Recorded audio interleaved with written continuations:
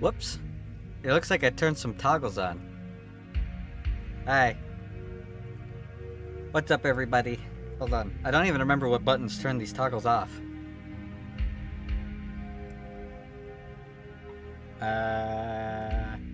Is it this?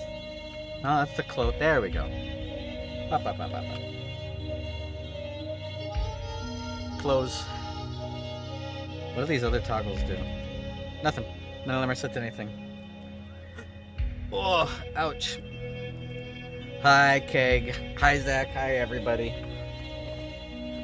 As I said before, we're going to be starting in about 15, 20, maybe 25 minutes. Probably in 20. Maybe even a little bit earlier if everyone's here. And as usual, screen share is on Discord. But that's all the repetition I'm going to do. I've had a good day. I'm very tired, though. Hopefully you guys are all doing good. I have officially started my gym membership. I spent $240 at GNC on a shitload of supplements and shit. And it'll take a couple days before I see if I'm seeing like actual benefits from them, but yeah, it's yapping time. Time for me to yap for a little bit. I gotta do at least a little bit of yapping. Gotta give people time. Because I don't want anyone falling behind. Already a whole bunch of people have fallen behind.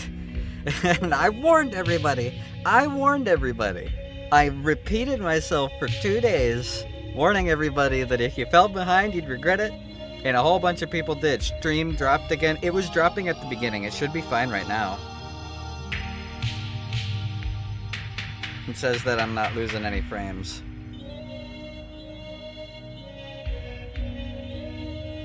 It was doing real bad when I first started. I'm being throttled by my ISP again.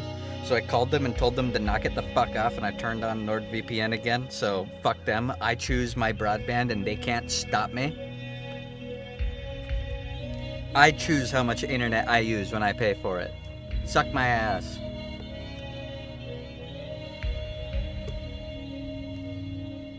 But no, I'm just chilling. I had a very good day. I slept pretty nice. I didn't really have a bad dream last night, which was nice. Normally when I have vivid dreams, they're pretty bad. Last night's dream was just weird. And then I ran into town. Thankfully, the GNC here in town had everything I wanted. Everything. All of it. I was worried I'd have to get some stuff online. But thankfully I didn't. And I saved quite a lot of money. I complained that I spent like $200. But if I didn't have all the sales and the benefits of signing up for a pro member like thing, I would have had to spend way more. And now I'm gonna get like a massive amount off of stuff. I can get even more money off if I subscribe to these things. So I'm gonna see how they feel. To give you a full recap of everything I got a gigantic GNC 100% whey pro performance jug. So that's whey protein, which will help with my muscles. I have micronized creatine powder, just pure creatine powder. That's going to be really, really good for getting my muscles into like a good size. I'm not bulking to get big, but I need every single bit of my body as in shape as I possibly can. And using this along with a bunch of weird unorthodox workouts and endurance stuff is going to result in not only my muscle mass being much better, but it's going to be more durable, and my joints will also be in a much better position because I have this giant jug of joint support powder, and this has a whole bunch of random shit in it that's supposed to help with your joints, help with inflammation, help with repairing and strengthening. I also have one for my heart because I have a very abnormally high heart rate, which I actually spent a lot of time messing with in the gym. Also, did the stream drop? Because it says that I have no viewers. It shouldn't have dropped. It should still be going. I don't know if YouTube's just being weird. Okay, YouTube was just being weird. We're good, never mind. I just wanted to make sure it didn't drop. But I've got that joint health stuff. My heart rate is abnormally high. Like when I was on the machines earlier, I was at 180 BPM, which is high, but sadly that's normal for me. During normal daily activity, I have like 130 to 140 BPM. I have a very high heart rate. So I need to do a lot of exercises, not just to work my body out, but to get my body to passively lower my heart rate. So like doing strenuous exercise, but for the purpose of intentionally trying to keep my heart rate as low as I can. And that was fun. That was nice. I was on a treadmill for a while. I was on a stairs machine. I was doing curls, pull-ups. I was doing a whole bunch of other shit. I also have Mega Men dietary supplement. This has so much in it. It's actually nuts. It has only 15 calories, which is pretty low. Total carbohydrates, 4 grams, 3 grams of sugar. And then it has vitamin A, vitamin C, vitamin D, vitamin E, vitamin B6, folate, vitamin B12, biotin, pantothenic acid, iodine, zinc, chromium, molybdenum, and boron. There's a lot of shit in these gummies. This is high potency stuff. And it's high amounts of everything too. It's not even like a little bit. Like, it's 125% the daily value of vitamin D that a person needs. 253% of the daily value of vitamin B6. 300% of the daily value of vitamin B12. I'm not going to be malnourished anymore if I eat these. This is actually insane how much is in it. And then I have a stimulant pre-workout. Hi, Zekin. I have a stimulant pre-workout mix that has a whole bunch of shit in it to get me active, to keep my energy up so that I can actually do the exercises and workout routines that I'm trying to do, which is awesome. This stuff is pretty nice. And then I have my super mega mushroom mix. They had it. And I'm so glad. So I got lion's mane, turkey tail, reishi, cordyceps, maitake, and chaga mushroom mix. So yeah, the cordyceps now get to take over. What is Grandpa yapping about? I'm yapping about all the stuff I got from GNC today. That sounds like a Mario game item. It is basically a Mario game item. It's just a bunch of mushrooms. It's sadly not going to double my height, but it'll be really good for my brain. All of that, all in all, costed me about $200. Thankfully, I saved on quite a decent amount of money, but my wallet hurts more than my arms and legs do after that gym session. Let's just say that. The gym was awesome, though. The gym was really cool. It's like completely automated. There's 2 people who own it, but the door, like if you walk up to the door, it will either scan your face and let you in if you're in the members, or your phone, you like just walk up to the door and the door will automatically unlock for you and let you in. It's really cool. And then they have the whole workout area with a whole bunch of machines. Then they also had changing rooms, a sauna, a tanning bed, lockers, and showers. Don't worry, the pain is going to start tomorrow, talking from experience. Oh yeah, I know. Trust me, I know. I may not be in the best shape now, but in high school I took a lifetime fitness class, and I know the experiences of working your ass off at a gym. I understand the feeling of coming home and spending the whole fucking weekend with your arms curled up to your chest like this, because your arms will not extend. I know the feeling. I'm not gonna be that bad because I'm not working myself too hard, but it was really nice. Endure, my favorite word. When a bad bitch tells you to endure. And then another cool thing is they have a vending machine in the gym. And if you've been at the gym for longer than 2 hours, they give you $2 off anything you want in the vending machine. And they have like Ghost energy drinks and lean body muscle milk stuff. So I have a cafe mocha lean body little milk carton here. 40 grams of protein with no sugar. It's just like protein and caffeine. Literally nothing else is in this. So That's nice. Yeah, it's awesome. The gym is super nice. I thanked my friend who used to work with me for recommending me, and he was like, yep, it's awesome. It's great. Told him I'll spot him if I ever run into him in there. But it is really, really nice. I'm so happy about it. My gym only has overpriced drinks. Now, if I don't get the $2 off from the 2 hours, this carton would be over $6 for one little carton. It's very expensive.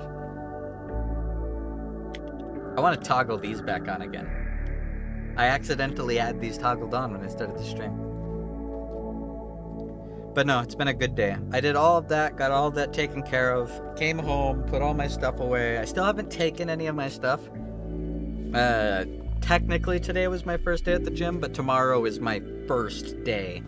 Because I'm actually going to be taking my supplements and shit. Today was my 1-day pass.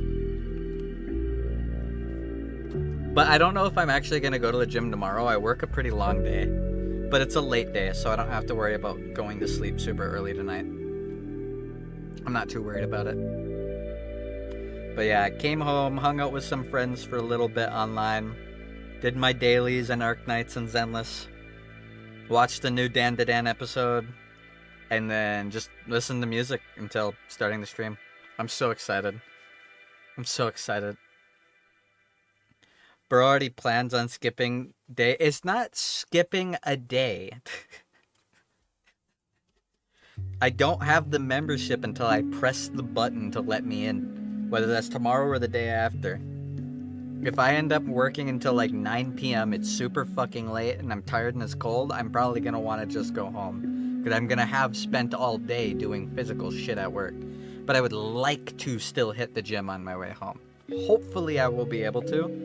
But the other problem with hitting the gym tomorrow is I work until 9. Which means if I hit the gym for at least an hour, it's going to be like 11 when I get home. And I'm not going to be able to stream, which means no Arcane Season 2 tomorrow.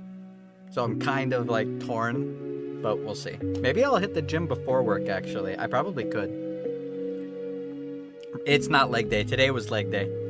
I did curls, pull-ups, push-ups, and butterflies and stuff like that, but it was leg day today. And I already like super tore up my feet, but that's fine. I'm not worried about it. A fuckload of squats, an hour on the treadmill, 30 minutes of it walking, 30 minutes of it running. I was on the Stairmaster for about 15 minutes. It was fun. They got a lot of cool stuff there.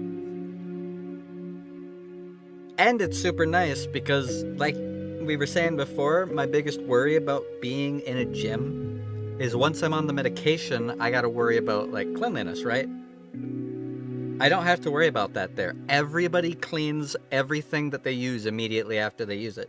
They have spray bottles of, like, sanitizer wash stuff and a whole bunch of paper towel dispensers. And you have to clean the machine when you're done using it. Everything you touch, you clean. So, it's nice. Imagine Phantom in the Omni-Man meme pose. I don't think you want to imagine me in the Omni-Man meme pose. I don't think any of you want to imagine me in the Omni-Man meme pose.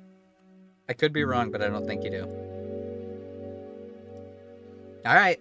It's just about time. Got about 5 minutes before we start. I'm really excited for this. I'm glad a lot of you, Hellum and Keg especially, were really enjoying yesterday. Because I fucking love the show and it deserves to be enjoyed. It is a really good show. Also, I did drop a couple frames there at some point. I don't know when that happened.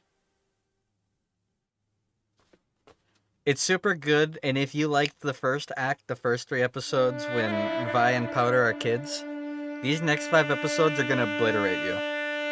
The last episode of Season 1 will make you cry. It has made me cry many times. The characters in this show are so fucking good. So, I'm giving everyone a couple more minutes to show up. Because I don't want anyone to miss out if it can be avoided. It's an amazing show. Everyone should watch it. Already a whole bunch of you guys are behind. I warned you guys. Alright? I warned you guys that you'd fall behind because it's long and a lot happens and it's really good. Yet I know like 2 of my friends that slept and missed a whole bunch of it.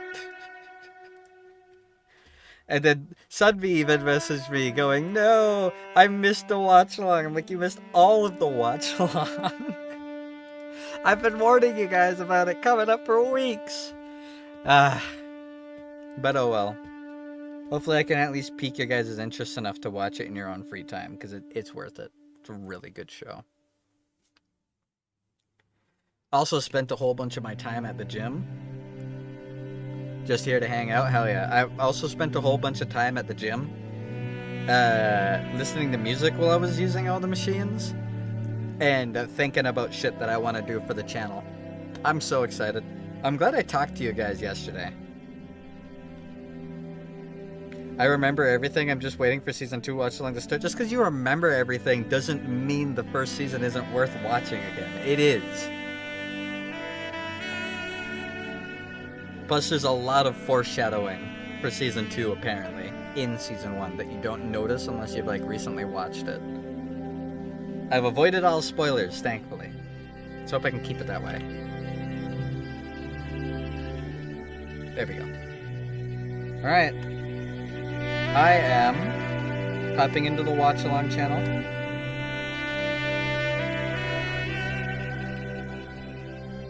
We are now in the Watchalong channel. I am starting the screen share, but I am not pressing play for another like 6 minutes plus. So, as you guys chats, I'm going to use the bathroom and put on some new clothes because these pants are not comfy for sitting. They're comfy for walking. But I will pull the music back a little bit. No nappy for you. Well, I hope you're at least feeling a little rested and won't pass out. I keep dropping frames. This is really annoying me. I'm going to do 2 things actually. I'm gonna go use the bathroom and get changed real quick, and then I'm actually gonna tamper with the stream for like 4 minutes and see if I can get it to stop dropping fucking frames. Pisses me off so fucking much. These goddamn mongoloids can't handle running a fucking ISP service when they have the audacity to charge me for it anyways. Fucking dumbass idiots. I wish I could be paid that much money to not do my fucking job. Okay, I'll be right back.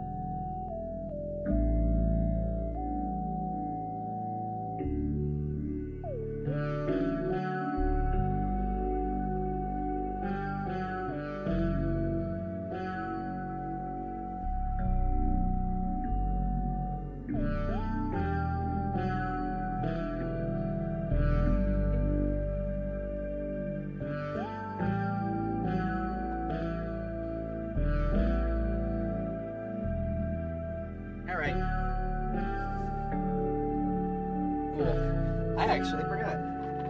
I have leftovers. Okay. Day 55, I got 5 minutes to tamper with this.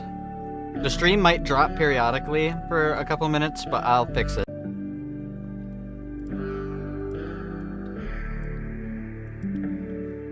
Okay, are we good?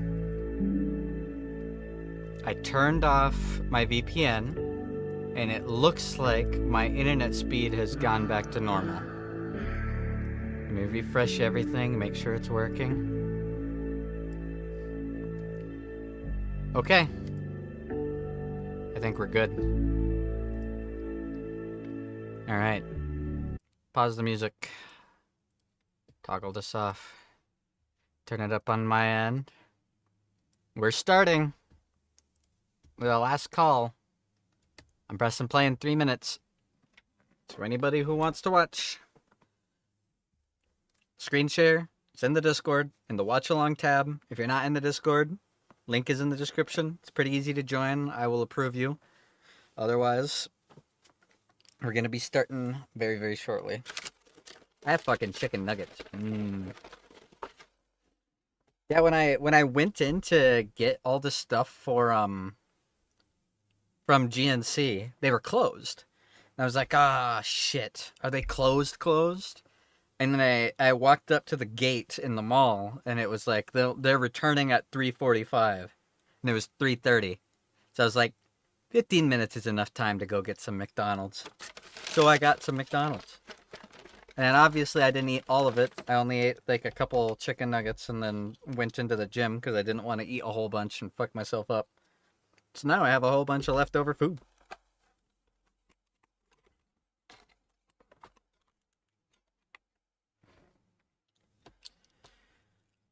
I'm really excited for this. You guys don't understand how much I love the last half of Arcane. The first half is incredible. Vander is an amazing character. Silco as a villain is really, really good for the first arc. Seeing everything that happens with Vi and Powder and the fallout between them, Marcus fucking getting a little too ahead of himself. Hey, Lockhart, you're here just in time. We're starting in like 2 minutes. I love the first act of Arcane, but the culmination of the second act and the wrap-up of the third act puts the first act to shame. Act 2 does not have the conclusiveness that Act 1 has, but Act 3 blows the conclusiveness of Act 1 out of the water. Incredibly. Like, you have no idea. You're gonna see it, and it is gonna be crazy. But I'm glad everybody seems to be making it. I yapped for just long enough. I had just enough to yap about. Oh yeah, and I did want to thank you guys. I started thanking you guys and I forgot to do it. Thank you for your input yesterday. Like I said, being insane, having this many voices in my echo chamber of a head makes it really hard for me to make decisions.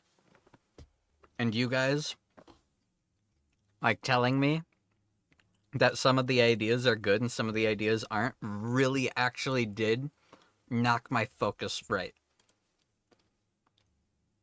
So I appreciate it a lot, guys. Alright. It is 8:59, which means we are starting. Again, last call. Screen shares in the Discord for those of you who don't have Netflix. We are on Season 1, Episode 5, Everybody Wants to Be My Enemy. These next couple episodes are crazy. I can't wait to watch them. So we are going to start in 5, 4, 3, 2, 1. I'll turn it up if I need to, because I don't want it to be too quiet for you guys. In fact, I'm gonna just hit it to max volume, and you guys can lower it accordingly. It's easier to lower than raise.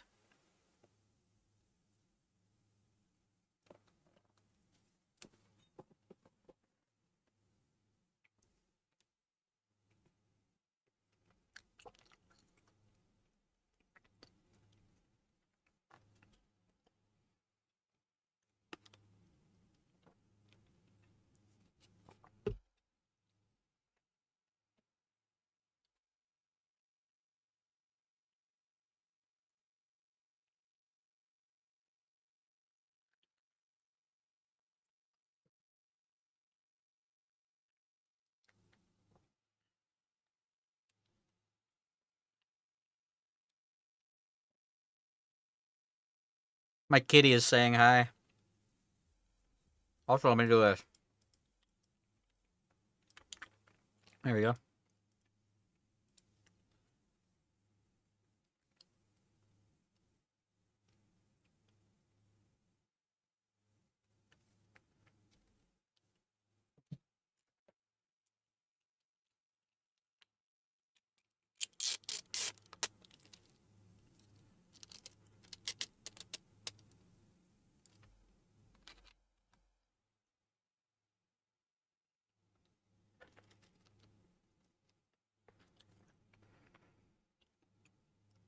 God, I love Grayson's voice.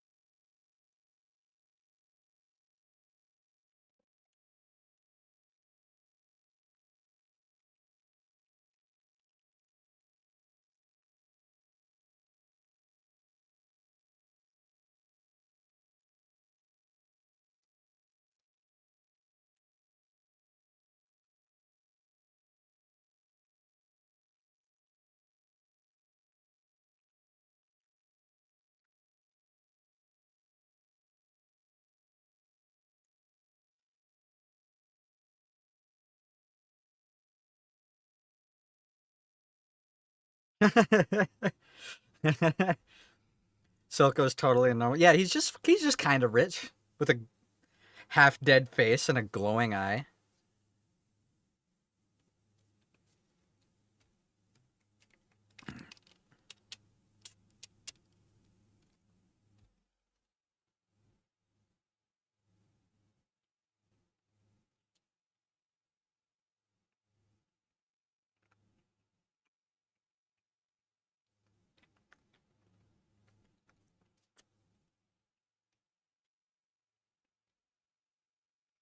You know, deep, menacing, or not deep. His voice isn't deep. What would be a good way to describe Silco's voice?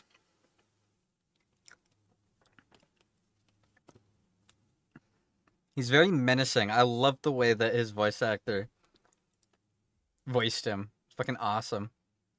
Everybody wants to be my enemy. Yep.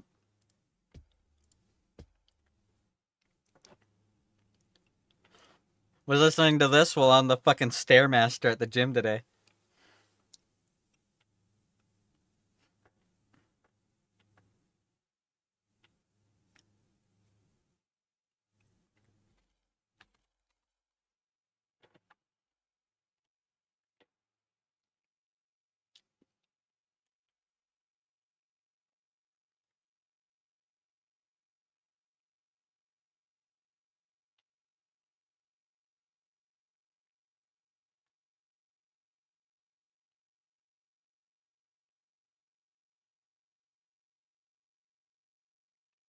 She did genuinely think she was gonna get beat.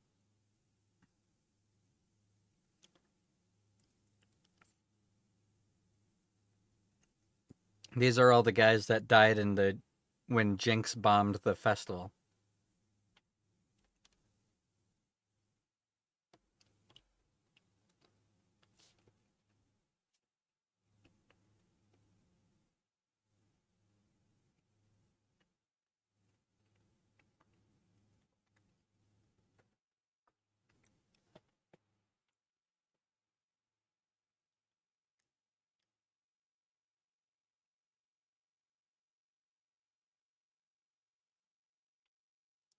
So let me drag Discord over to the other side so I can make sure. There we go. Hmm. Yeah, that your audio is too quiet. I can barely hear you when you speak over the show. I could turn it down a little bit, but I'm not going to turn it down too much. You guys should be able to turn down the screen share if you right click it.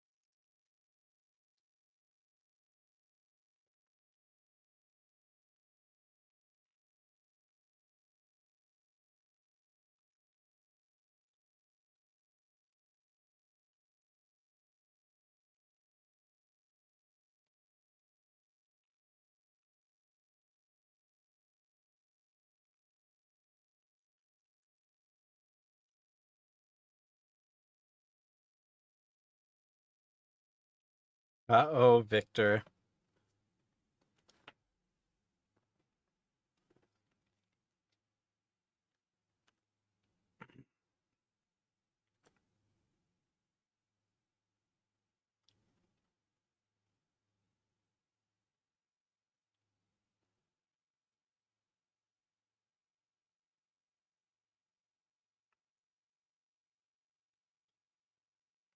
Bro, you can't just leave your blood there. That's unsanitary.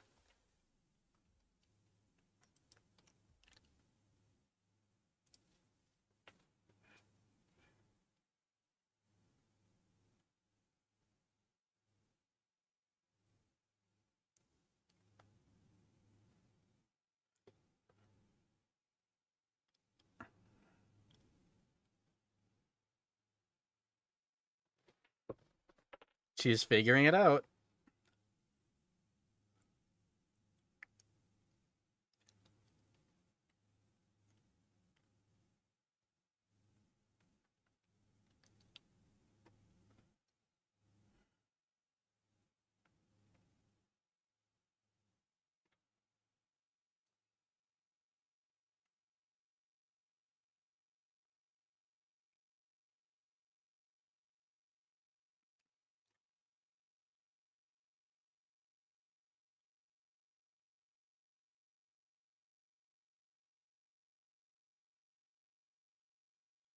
Post powder traumatic. Post powder traumatic stress disorder, yeah. I mean, you'd probably be a little fucked up if you killed half of your siblings. I could be wrong though, you know.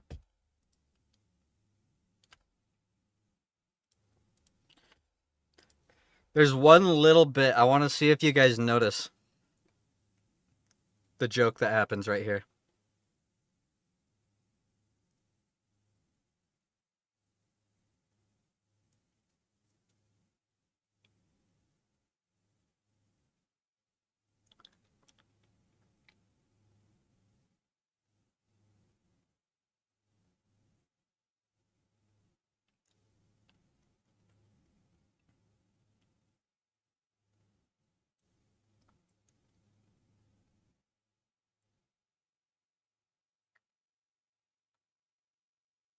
Mm-hmm.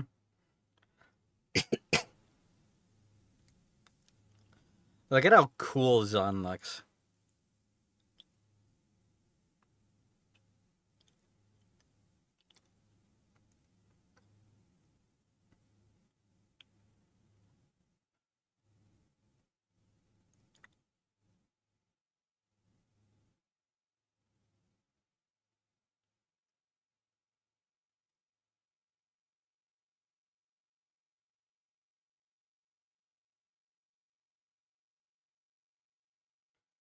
That old fucking yordle behind her. He was getting into the little tram thing way up at the top. They didn't actually get down any faster.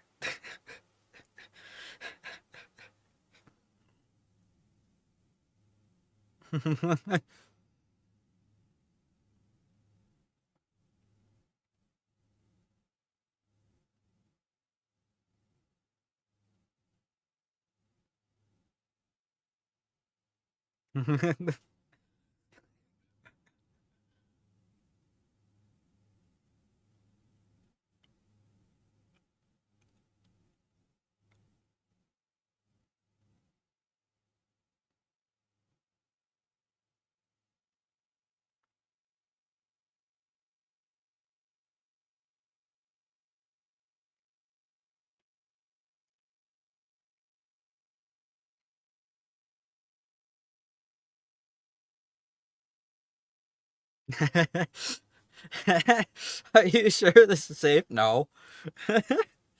Shut up. Mmm, frog legs. I haven't had frog legs in a long time.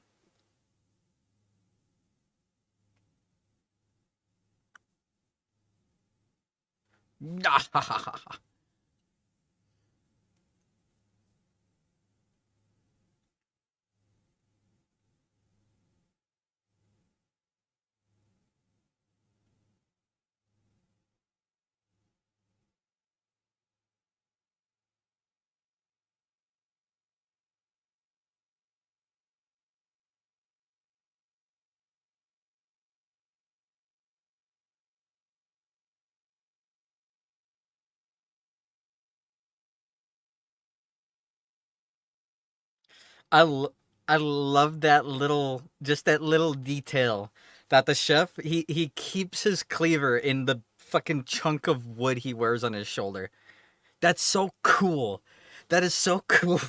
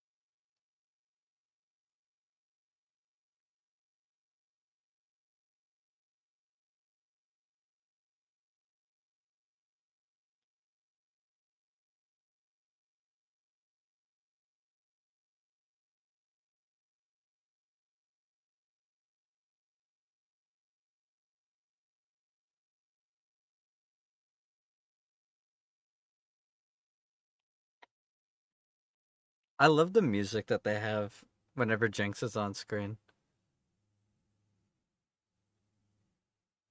Hmm, Clagger.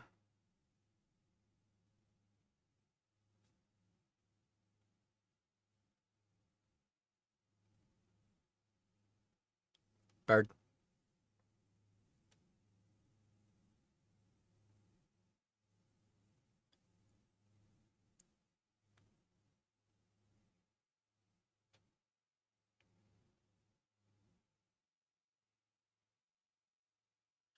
I also love the differences in the way that Powder and Vi fight this machine.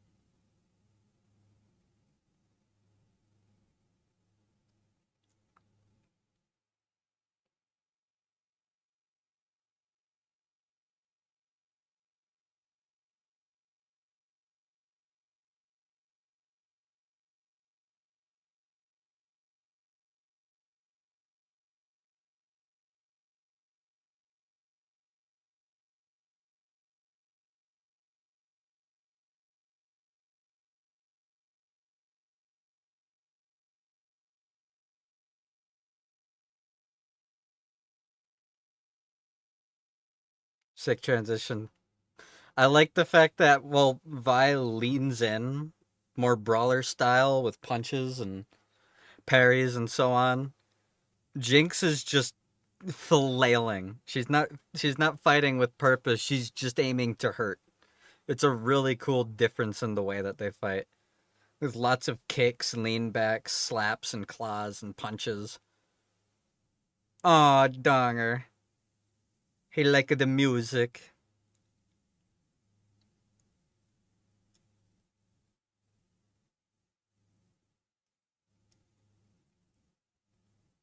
He's got a point.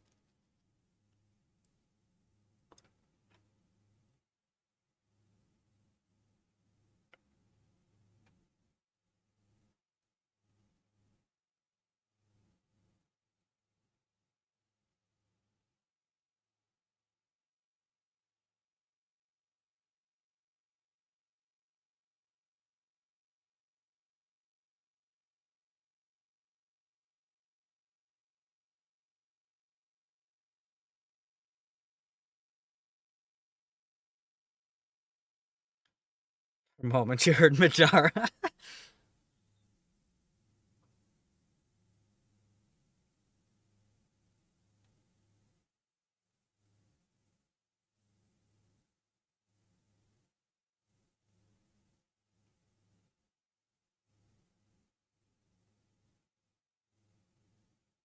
Mm-hmm.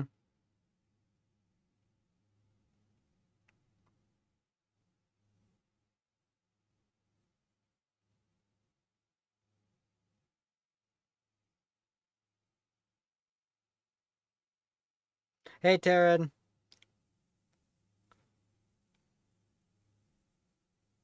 Yeah, right above him. Right above Heimerdinger.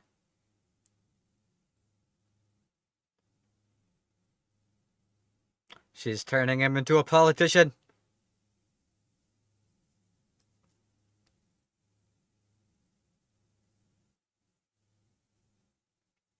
Also, if I remember correctly, the guy on the stage right now playing the violin, he's a real performer that they put into the show who actually performed this.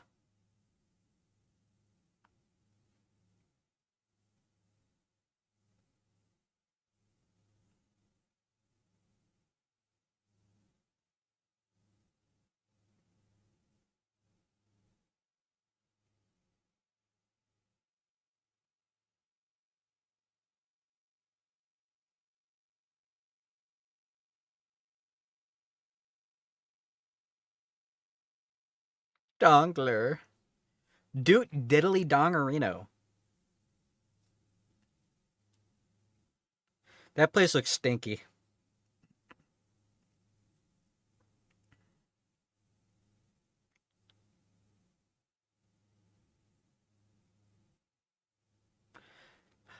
Wolf and Lamb mentioned.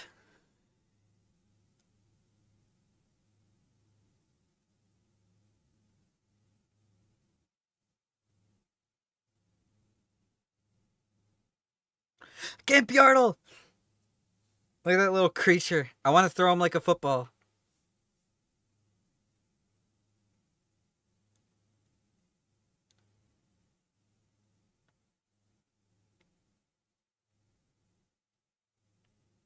Discord audio cuts out a lot. I'm sorry. Hold on. I'm going to see if I can change that. Hold on. I think I can actually make that better. I can. Actually, I don't know if there's anything I can change. Let me close this. BDSM Yodel. Yeah, a little gimp. He was wearing a leather suit. Caitlin, shut up. Hey, Yordle. Marcus still has the bloody coin. He still blames himself.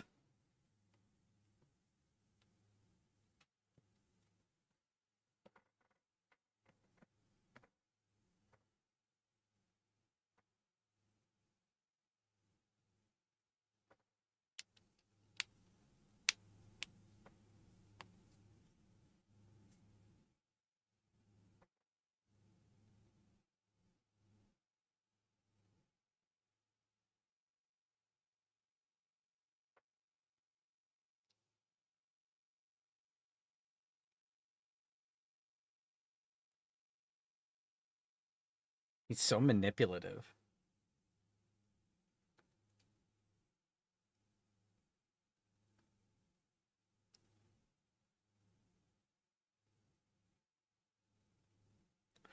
Classic fake out.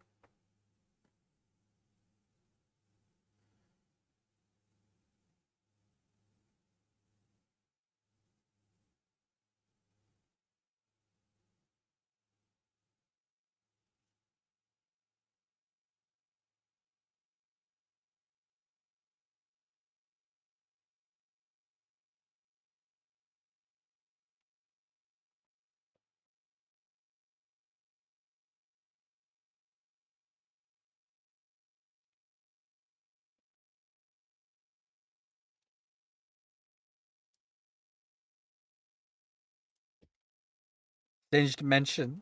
Yep, give it to the doctor. The worst part is that Soko's correct. He is. That's the thing. Like, all the characters in the show are so amazingly well done because they are genuinely the heroes of their own story. They're right. The show has very heavy themes of classism. You could blame any single person in the entire web, and you would have grounds to blame them, even though it's everybody's fault.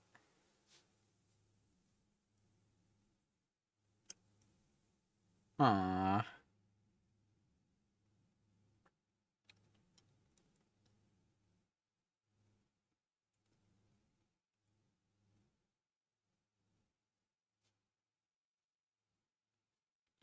The X Skate is so cool design wise. I fucking love that.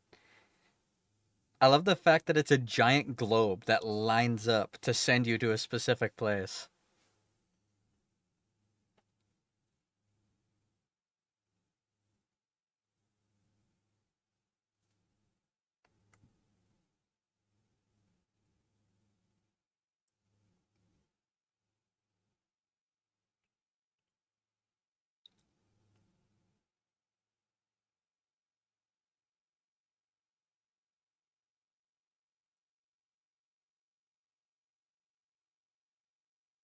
They're flirting! They're flirting!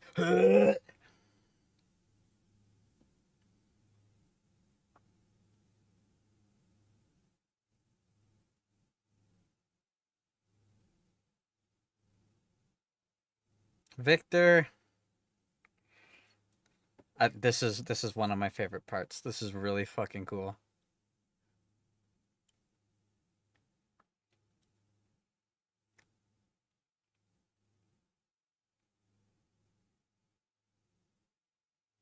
Hmm.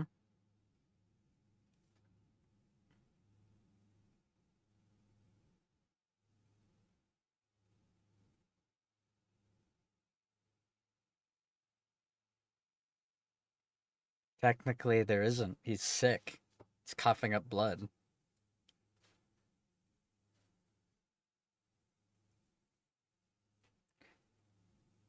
Jace doing sex tech while Victor does hex tech. Yep. Complete mirrors. Both of them had girls trying to hit on him. One takes it, the other works.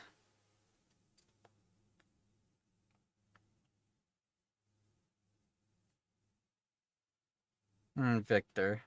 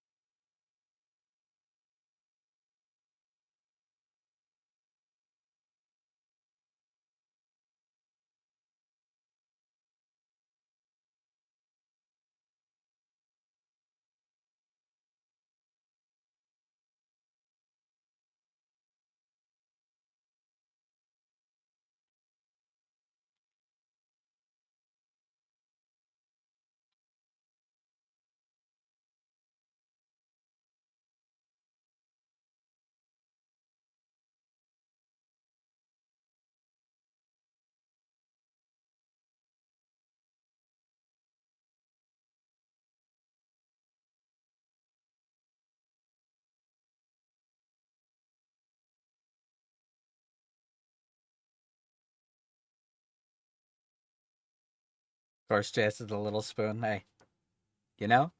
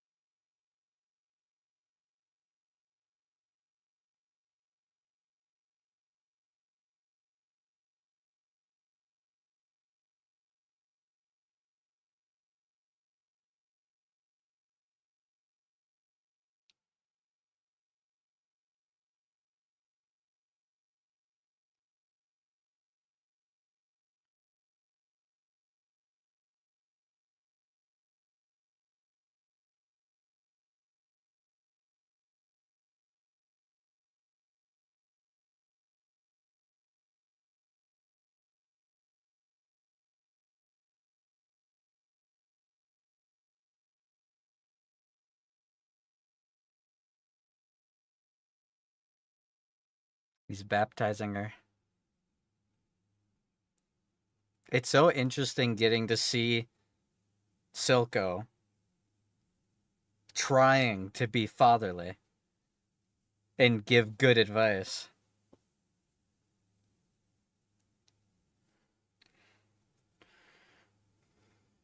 Also, that's literally Imagine Dragons, by the way. They actually put Imagine Dragons as characters in the world. There they are.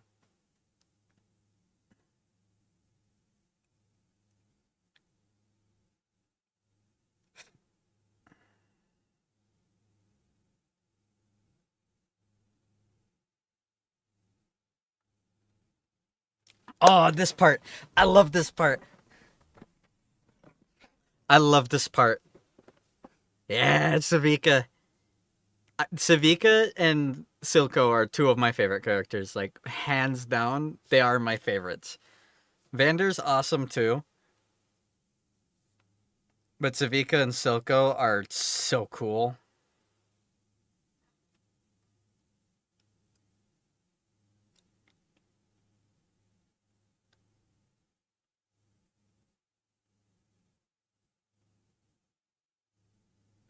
Uh oh, Jace isn't there. He ran. Oh,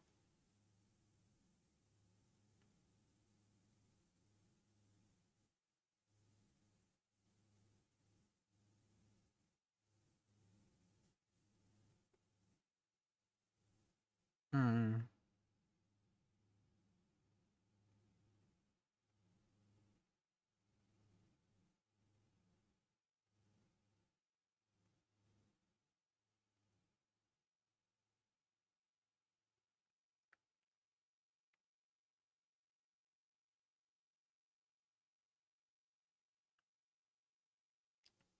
He fucking grabbed the money and run away.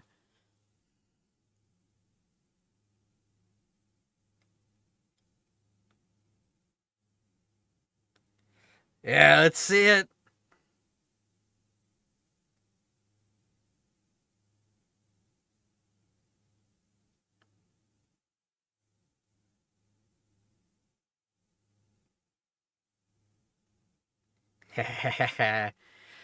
Remember her arm got blown off by Powder's bomb when she saved Silco.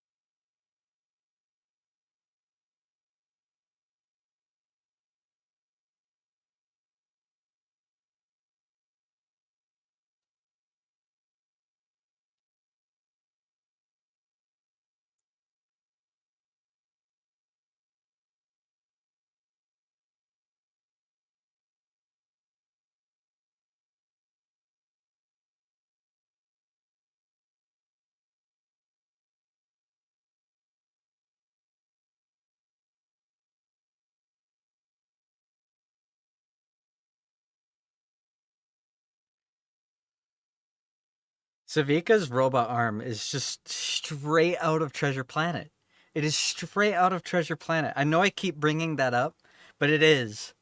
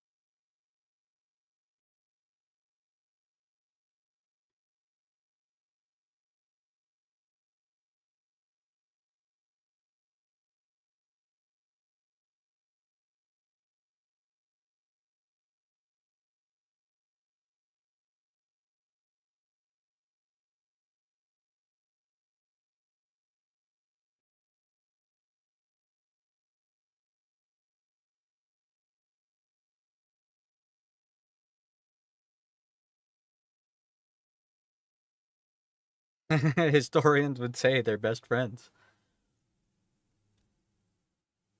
She's figuring it out.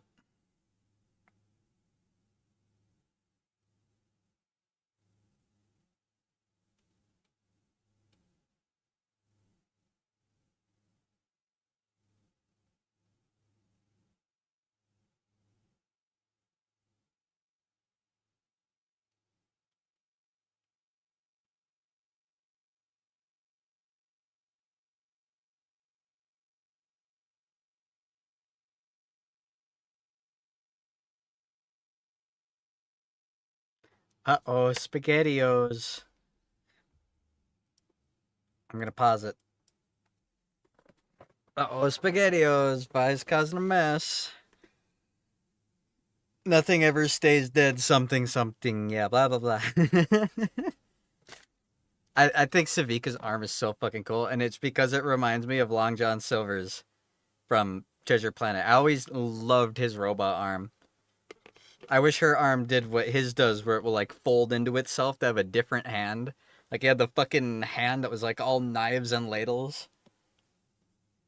That arm is awesome. It's so cool. It's so cool. I love things like that. That's so fucking metal. That's the kind of shit that I wish we had IRL. I would totally have robot arms and legs. And I would choose to have them, by the way. I would choose to have them. But we're now reaching the end of Act 2. Like I said, Act 1 is self-conclusive. Act 2 is a lot of build-up. And the end is huge, but Act 3 is the payoff. So this is like the last episode of build-up. And then it's going to be just a whole act of shit happening. I think Savika's arm is so fucking cool, man. I love Savika's arm. It's so fucking cool. All right. Episode 6. Hold on, I might grab something to drink real fast. Because I'm out. I mean, I still have this. I'll drink this, even if it's got caffeine in it. It's fine. Also, I had ice for it. We could have robot limbs that didn't suck ass, and yeah, I would totally become a blinged out cyborg. Pretty sure a lot of people would choose to have sick prosthetics like that. I mean, if we were able to use it well. Maybe when they invent cyborg prosthetics, exactly. Atom Smasher. Exactly. All right. I've got my drink. I think everybody's good. It looks like a couple people dropped out, but that's all right. I know they were saying they were really tired. So hopefully they're able to watch in their own time. But end of Act 2. Marcus is doing some shit. He's having. I really like the way that they portray Marcus. Where at the beginning, he was exactly what Grayson said. He was way too hot headed. He hated the underbelly because they did crime. Even though for them, crime was daily life because they do live off of runoff.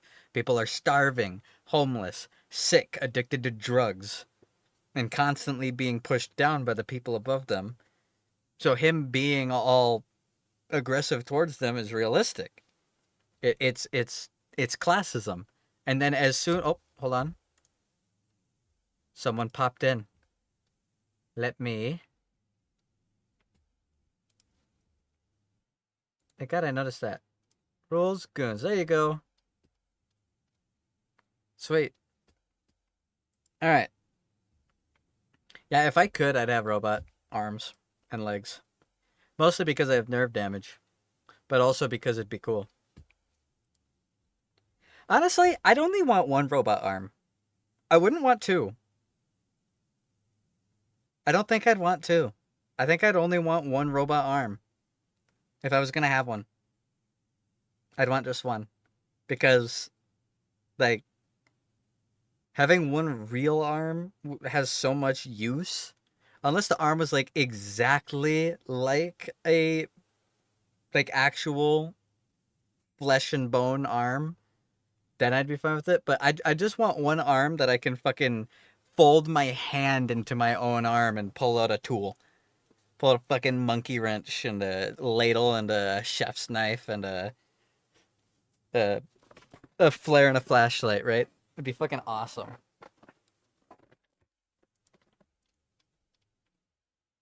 Plus, I'm also kind of a suck. Excuse me. I'm also kind of a sucker for asymmetrical design. So I feel like I'd probably more than so this, yeah, pretty much. I'm a sucker for asymmetrical design. I love asymmetrical characters. I love Savika's one arm. I love Silco's one Necros half of his face with the red glowing orange eye. I really do like. I'm sure you could probably tell that from my own fucking model. I've got a sword on one side, lopsided sword on the back, badge on one side, one eye is brighter than the other. I like asymmetrical stuff a lot. I feel like it. What's a good word for it? Also, I'm waiting a half a second since Keg said he has to do something really quick. What's a good word for it? It's pleasing. It is very pleasing to me. Plus, it makes the silhouette really unique. And as someone who went to school for graphic design, uniqueness in silhouette shape and so on and so forth and composition, it is something that I've literally been taught to like. I spent many hours being taught about how offsetting something to the side just slightly in a graphic interface can completely change the way something is. Plus, it opens up space for other things without sacrificing the integrity of what you're showing off. But I'm getting nerdy and weird because I'm talking about graphic design. I'm also just yapping to give Keg a moment.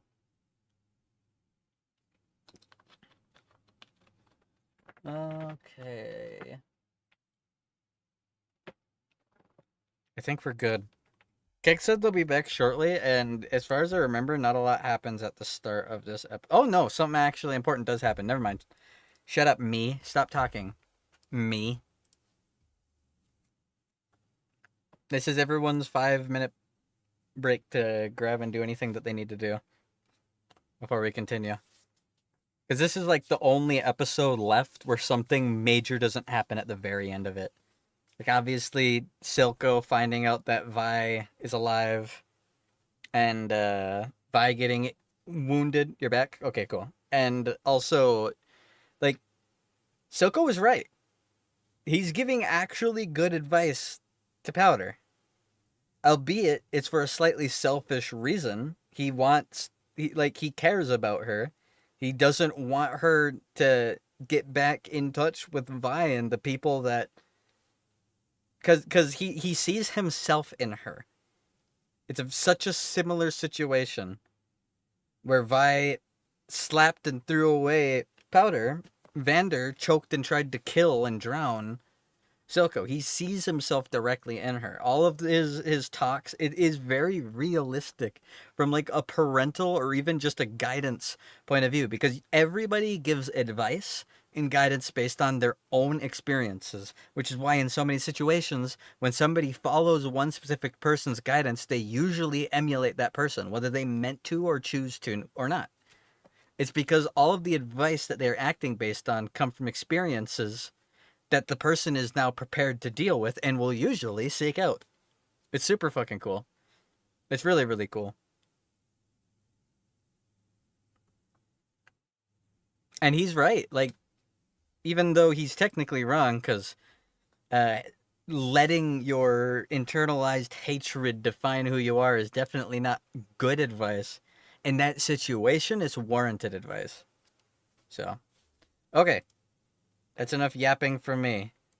Episode 6, When These Walls Come Tumbling Down, the end of Act 2, starting in 5, 4, 3, 2, 1. Also, hi, Corey.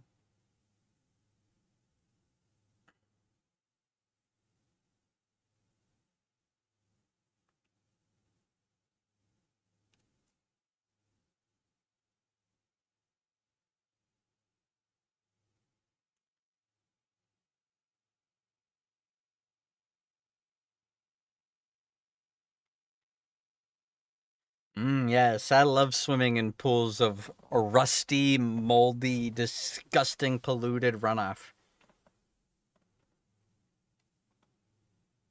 Baby Victor!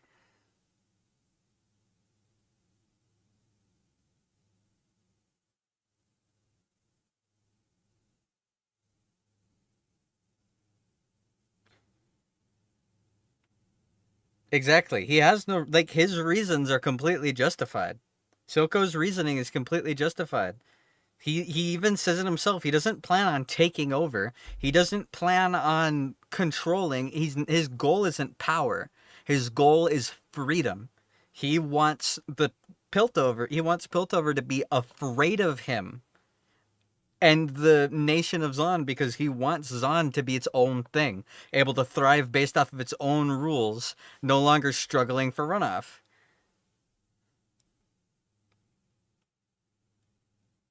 Ah, Victor.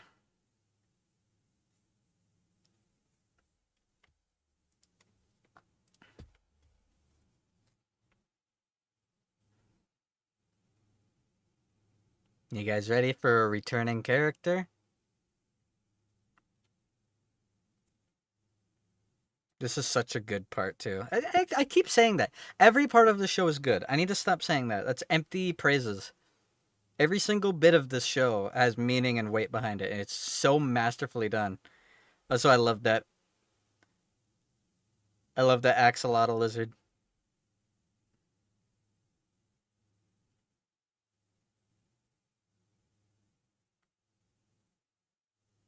Man, singed with hair is so uncanny.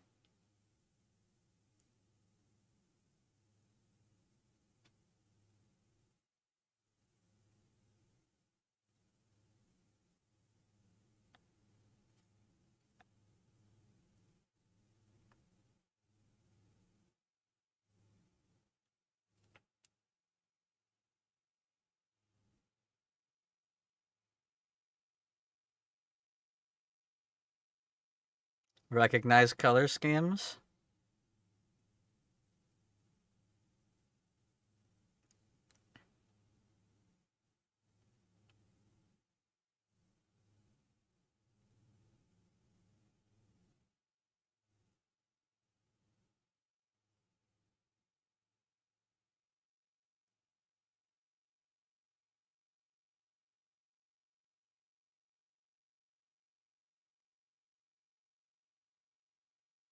Hmm.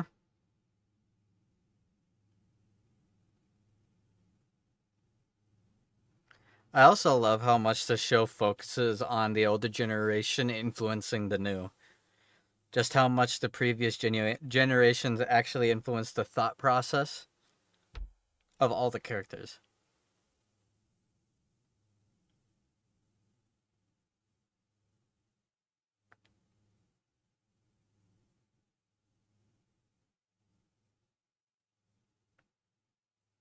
Hmm.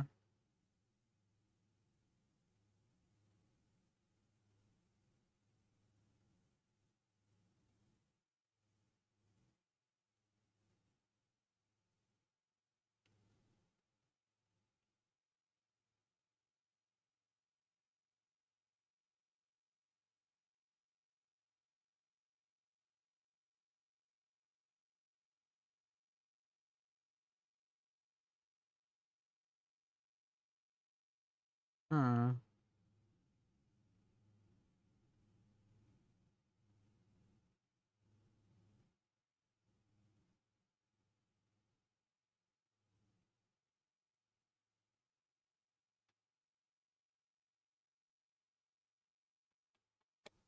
Bum bum bum bum bum bum bum bum bum bum.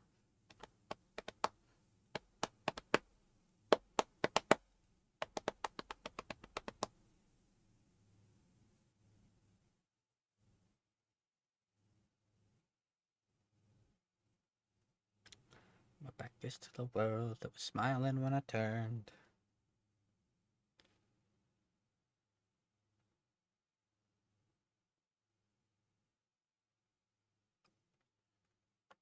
From the dongler. All this talk about shit, it's making me think of this stupid meme repeatedly saying like dinger donger and stuff. Is this stupid meme where it's this guy looking shocked and he says, "You're telling me his name is Diddy and you're surprised that he diddles people?" Very honest take on the whole Diddy situation.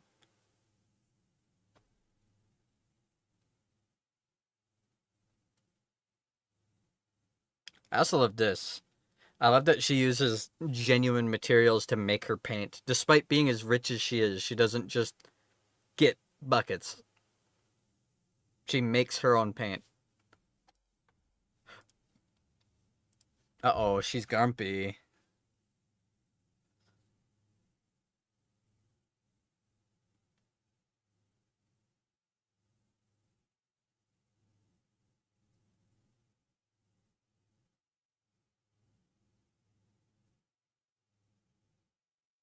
Hmm.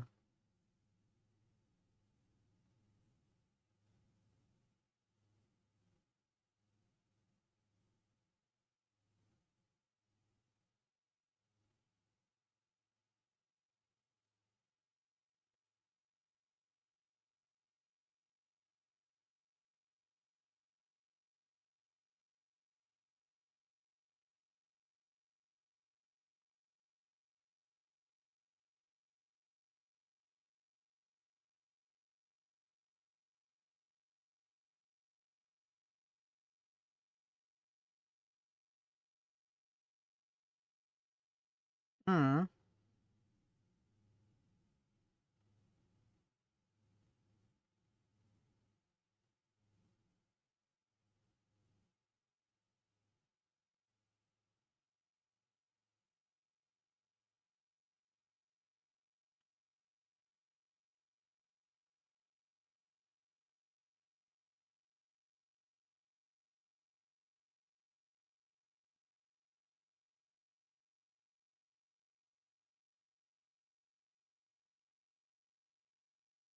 Here it is. Also, Mel is getting actual feelings.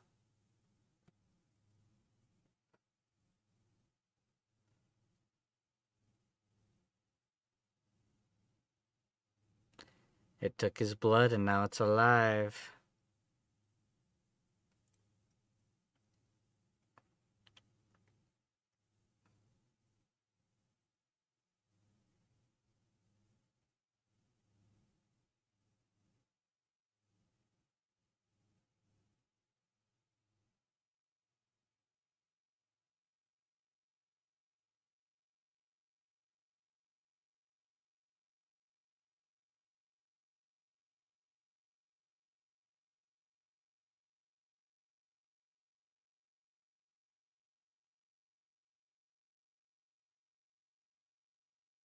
I know the show is so gorgeous.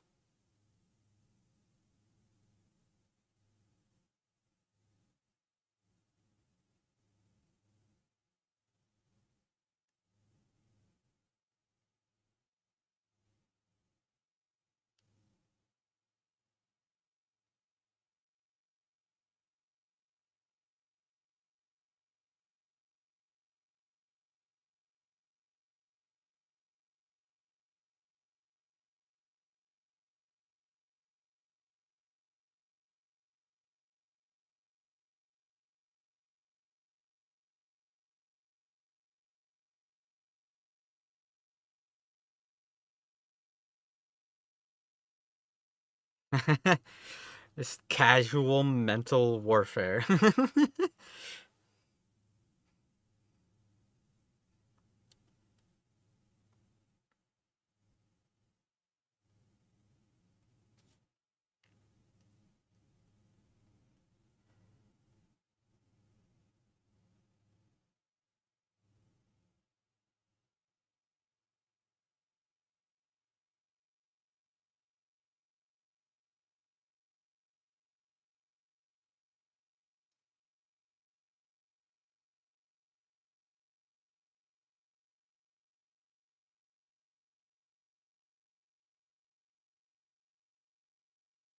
Adrenaline is a hell of a drug.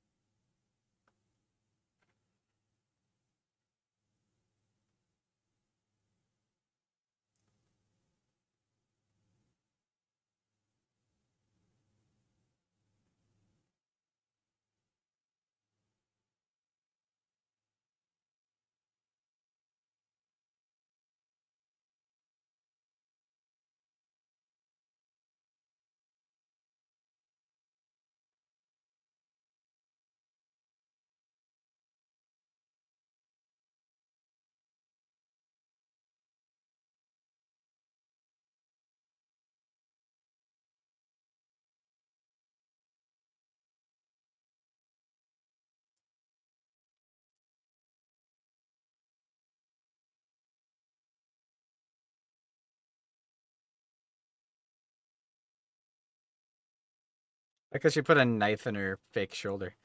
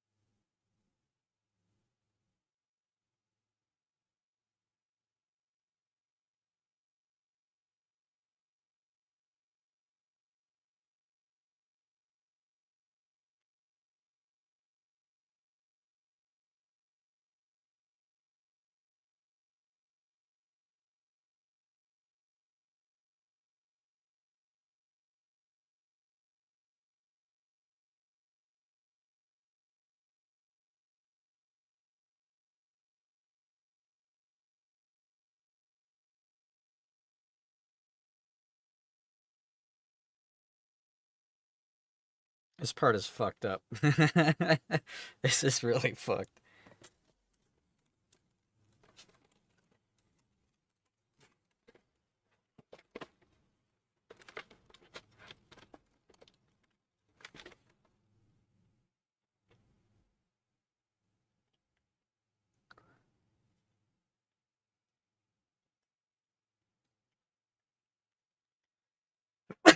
Sorry, excuse me. Ugh.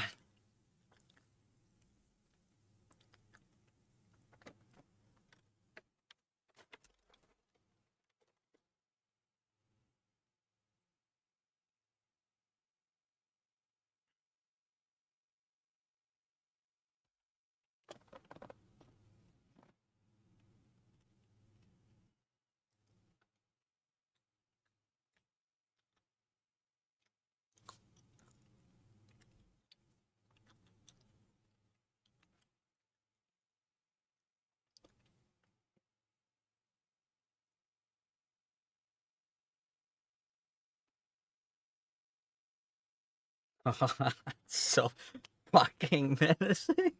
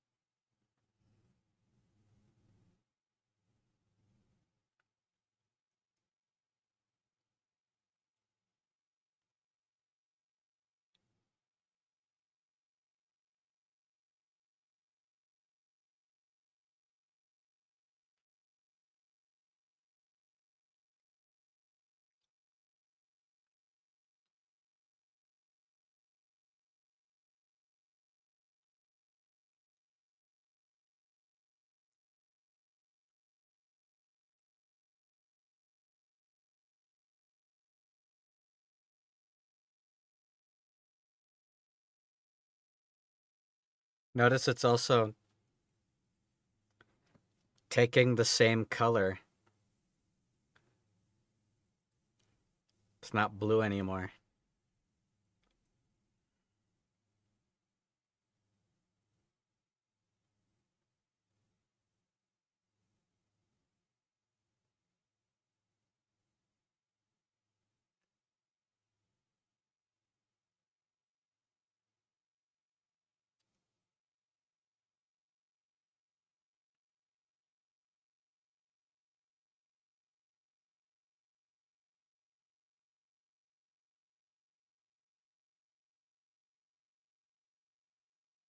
Mmm, rat.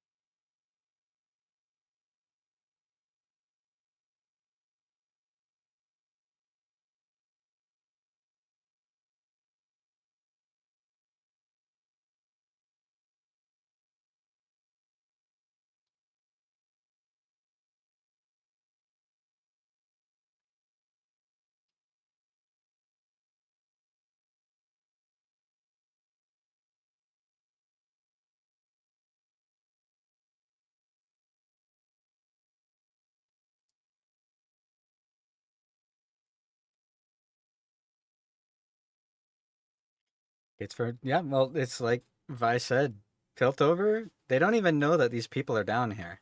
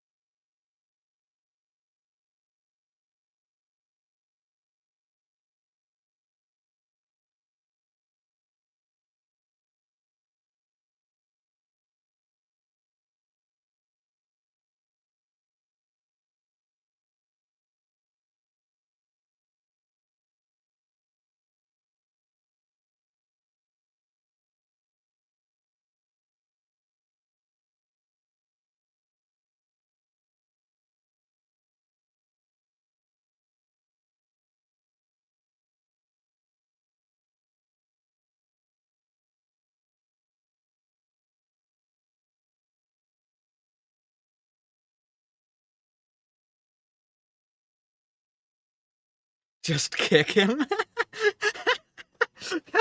I mean, he'd probably have some good airtime, you know?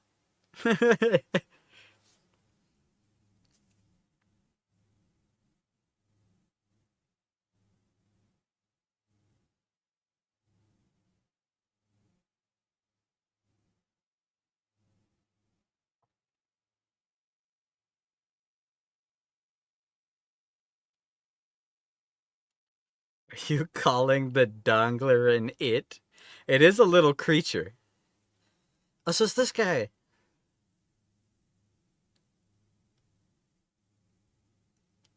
It's the guy from the first episode.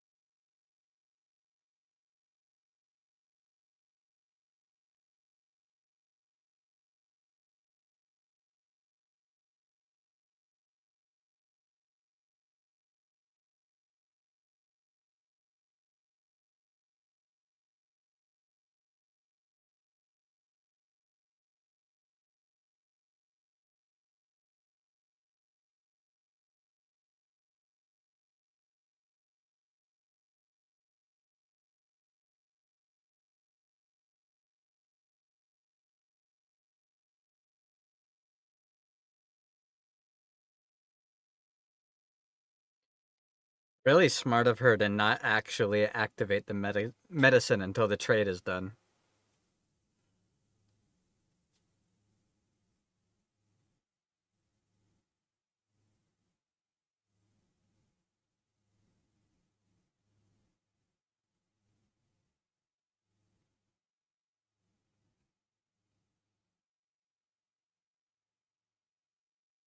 Hmm.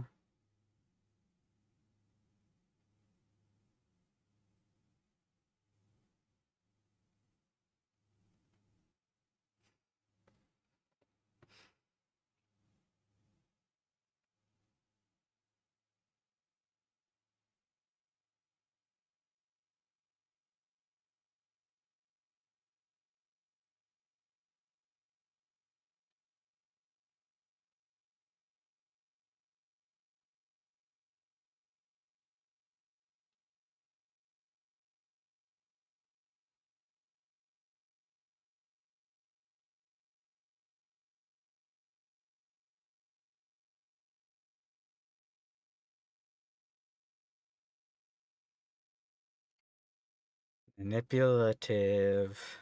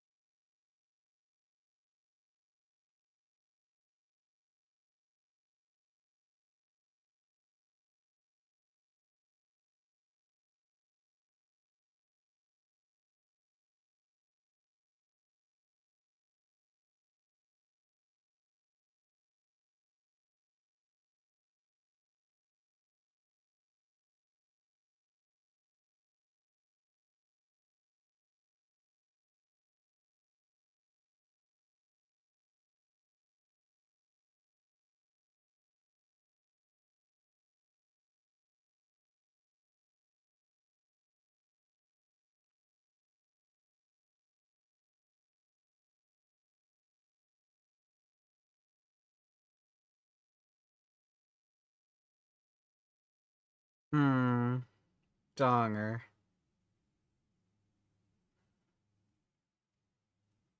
The little shit had been. It's true.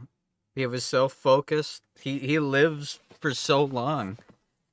It's like he said, one of his first lines. Give it a few decades, it passes in the blink of an eye. For him, it does.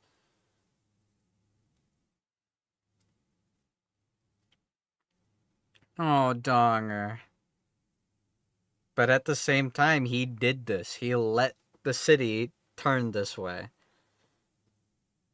So engrossed in plays and science that he didn't notice the entire group of people under them rotting. Hmm. He looks so hurt.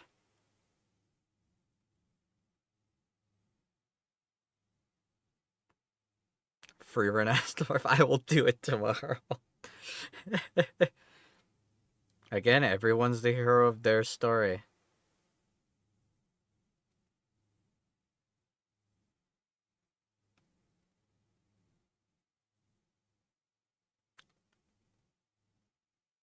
Making a tonic out of shimmer to heal wounds. More medical, practical uses of drugs.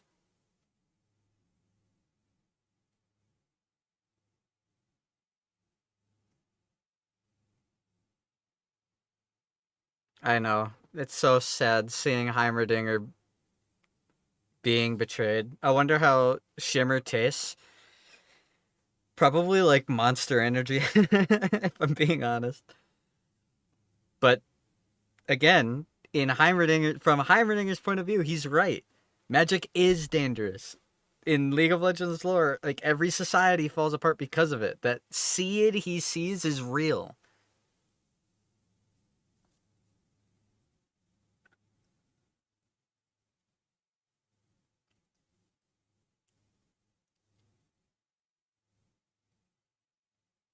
What, you don't have parents? There's just more classism.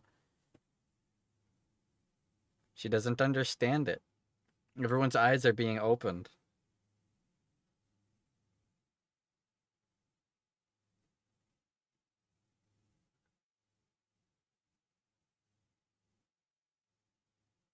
This is such a good part.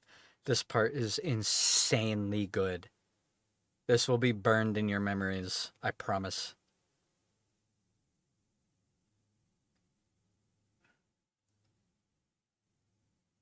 I love this song too.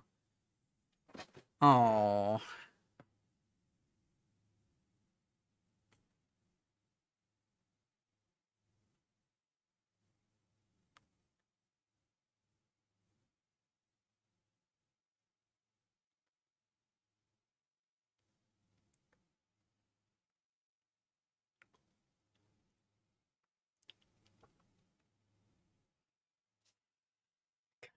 this part. Oh, I love this part.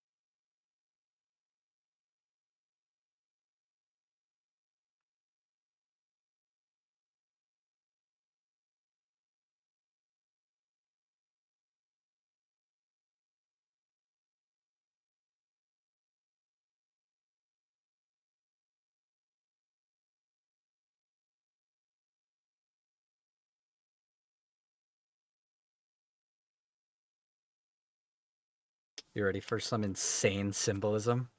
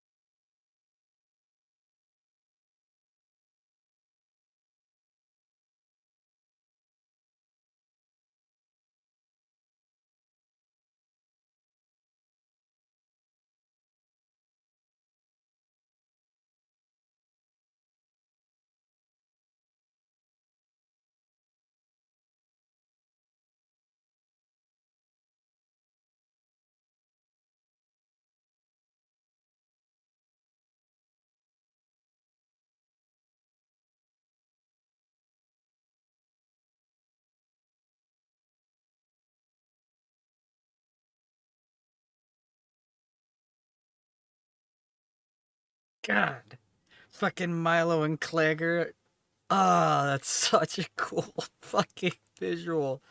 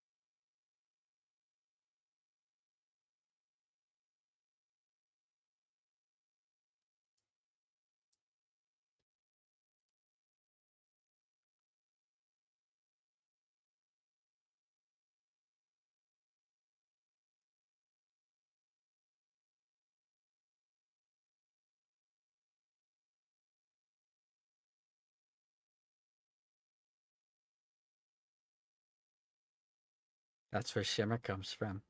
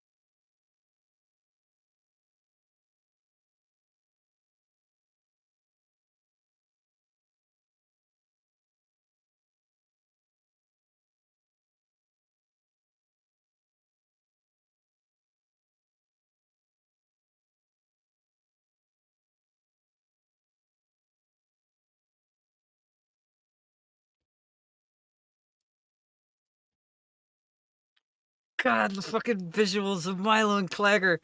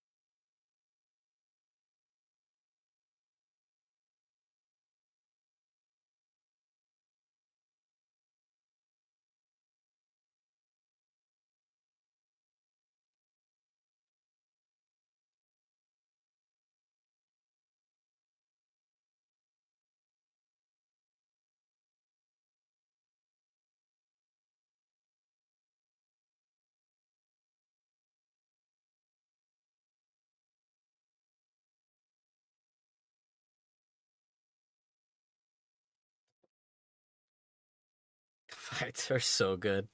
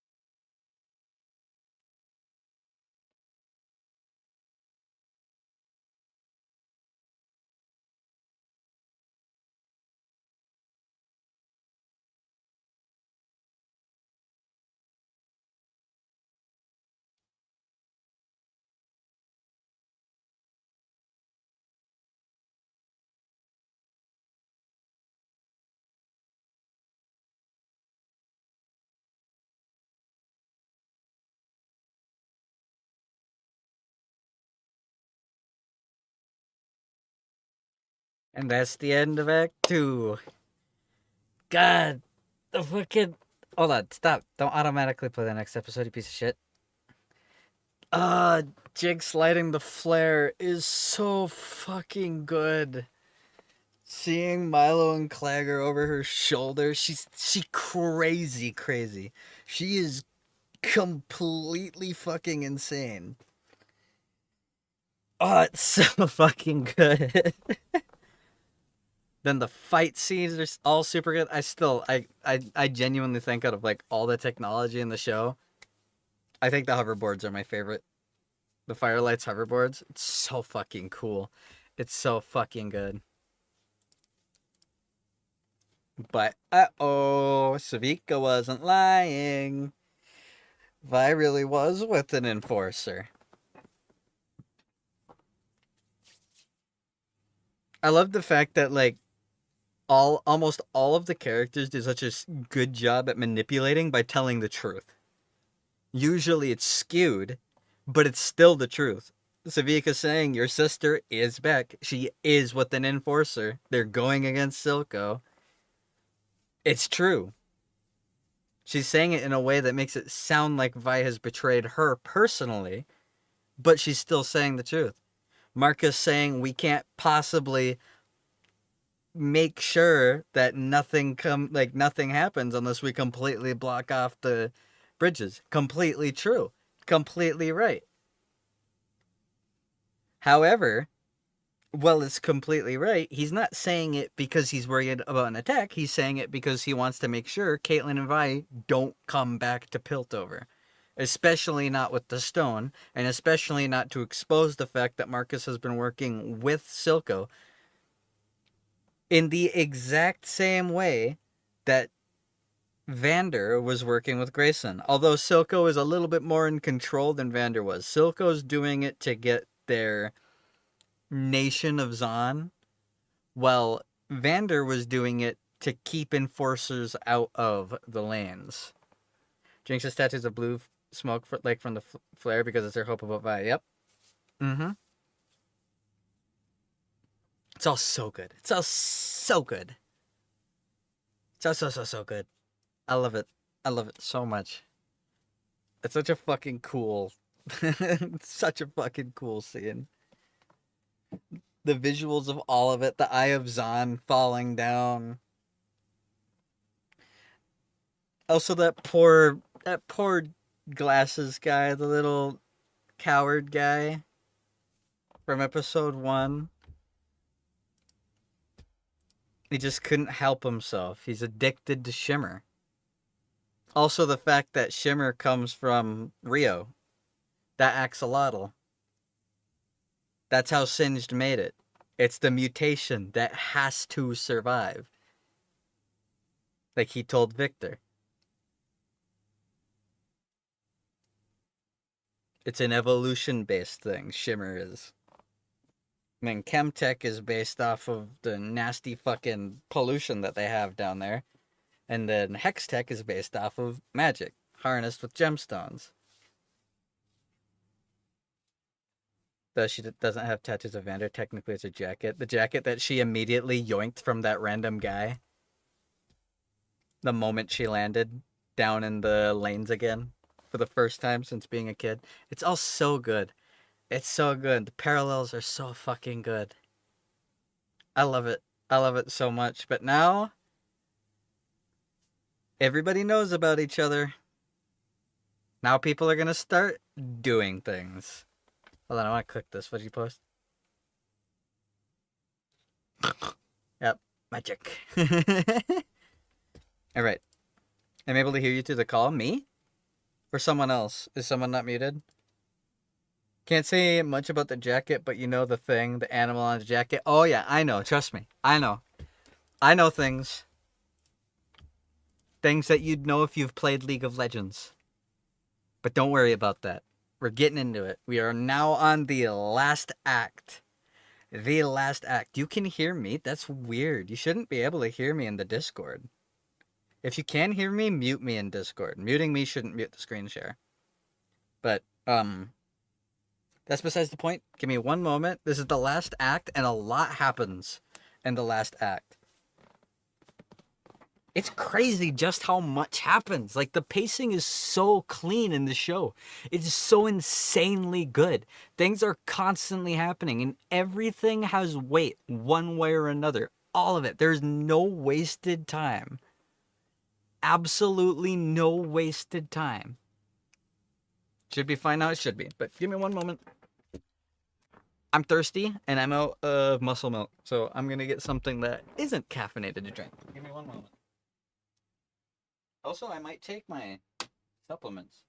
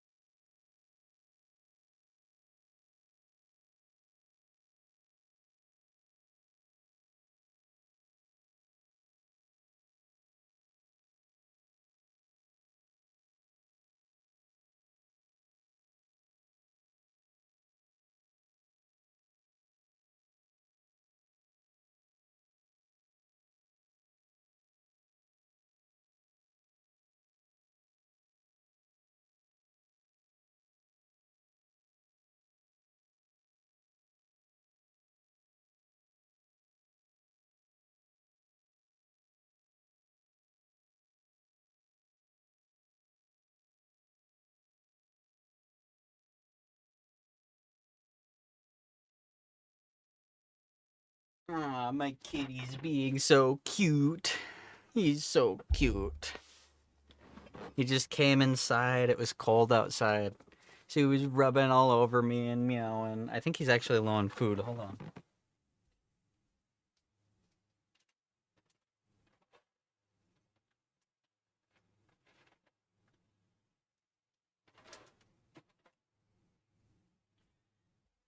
Oh, okay, I'm back. Got something to eat, something to drink. Might have been you. Don't worry about it. It's fine. Everything's fine. All right. God, I love this show. God, I love it. That visual for months was burned in my head of Vi lighting the flare. That's like I love all the like the fact that when she's alone, sometimes you'll just see Milo over her shoulder. And of course it's Milo that's constantly talking to her. Claggor does too, but of course it's Milo that's constantly talking to her because he was always being snarky to her.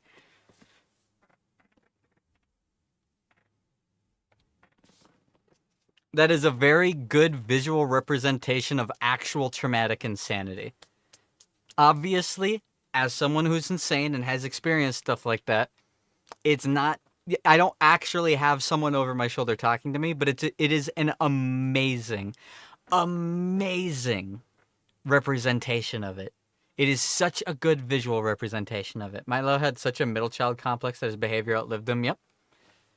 He was snarky, but again, he technically wasn't right, and he was a kid, or wasn't wrong, and he was a kid who doesn't understand and think things through as much as someone who has actual experience and social cues would. Obviously, he was being way too hard on Powder, but at the same time, he's right.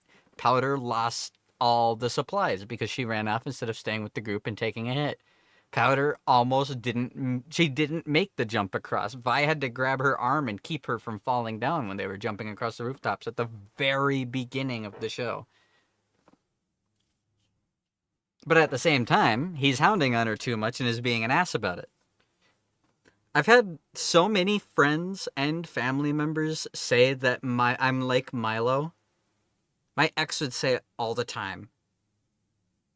She's like, Milo is just like you. He's always snarky and sarcastic all the time. Like, okay. Ouch, but thanks. I'll take it as a compliment. I choose to take that as a compliment. Being snarky means I'm creative. If I keep telling myself that, I'll eventually believe it. Alright. Scenes of Jinx Powder lashing out and breaking down are personally what I love for realism. It's really good. It's really, really good. But we could literally talk about just what happened in the last third of that episode for hours. So, we're just going to continue. Those are parts I can know from experience. Yep. I've been through all of it. And I fucking love this show. It's really, really good. Also, Silco's having a hard time. But everyone's doing stuff. I also love, again, like, everybody's eyes are opening up and they're all realizing the exact same shit the people before them already knew. Heimerdinger realizing that that the houses have turned against each other. It's now corporatized. It's no longer about progress and equality. It's about money. Every single other person at that table was illegally doing things. And Mel slowly weaseling, like, at first she was weaseling her way into Jace because it was a business opportunity. She was always cold and calculated and said exactly what she needed to do to get him to be on board with what she wants. But then when he comes to her in a moment of actual weakness, saying that Victor is dying, confiding in her, laying against her, holding her, you could see it in her face that she's going, oh shit. Like, there's actual stuff going on here. There's actual personal connection.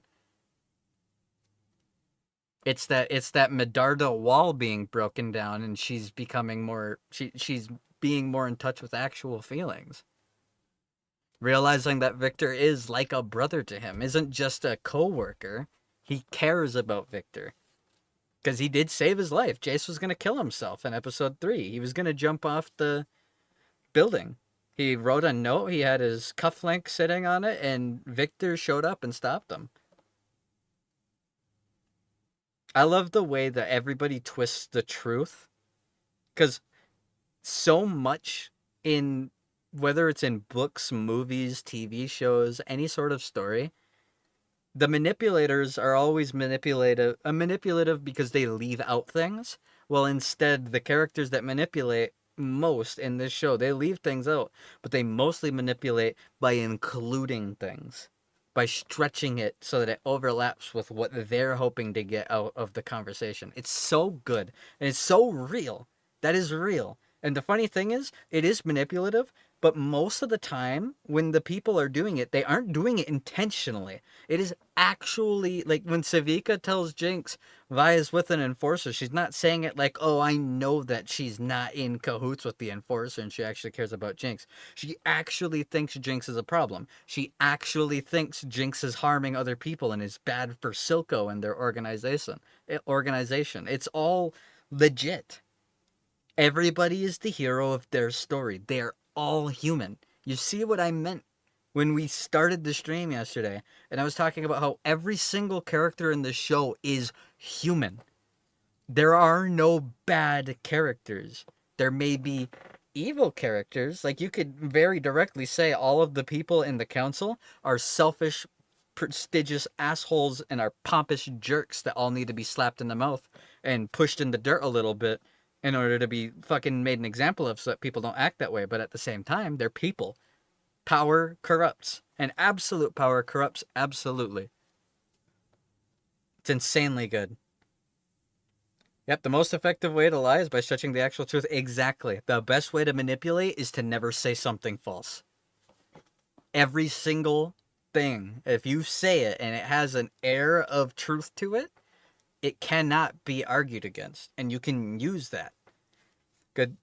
And they even show how the good character... Oh, yeah, of course. Like, Caitlyn has amazingly good intentions, but she's ignorant. She doesn't understand. She's angsty, and she has no idea what's going on underneath.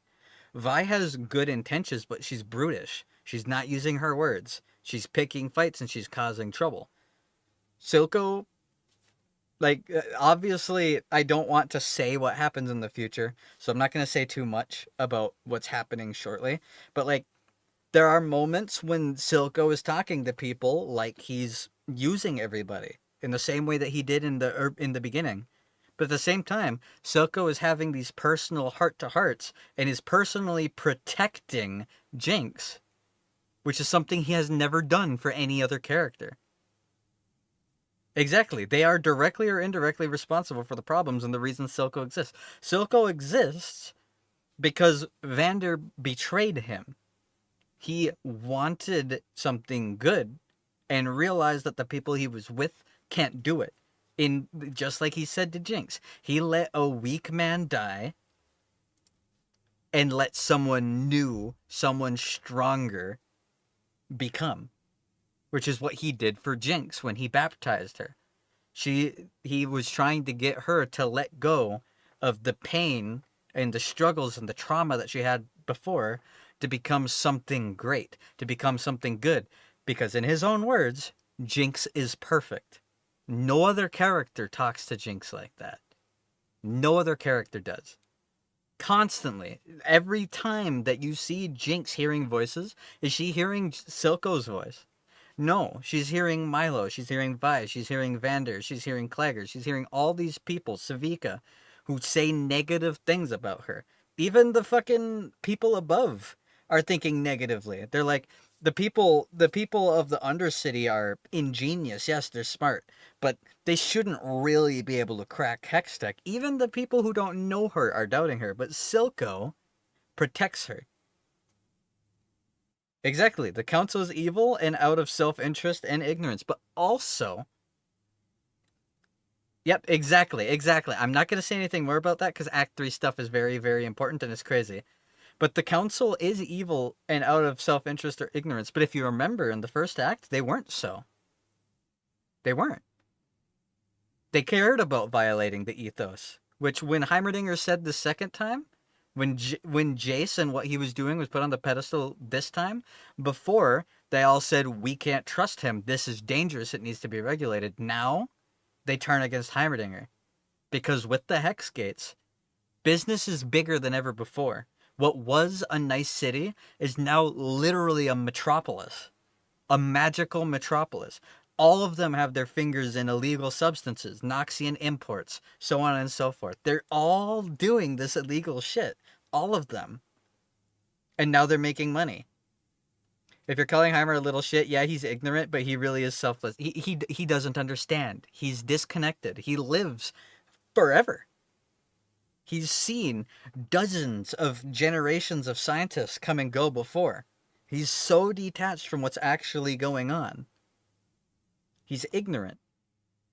This is the perfect way to put it. But don't worry about that. We're done talking about it because a bunch is going to happen. And trust me, every single character is going to be extrapolated on. Vi, Caitlyn, Jinx, fucking Silco, all of them. All of them are going to be Heimerdinger, everybody. So, Act 3, the start of Episode 7. We are starting it in 5, 4, 3, 2, 1, go. Also, hi, Zeked. Yep, even some of the characters that you're not remembering will have extrapolations. The show is incredible. And believe me when I say... Oh, there we go. Believe me when I say it wraps up beautifully. Exactly. He only talks and does nothing. Exactly. An armchair politician. Classism. These guys are cool.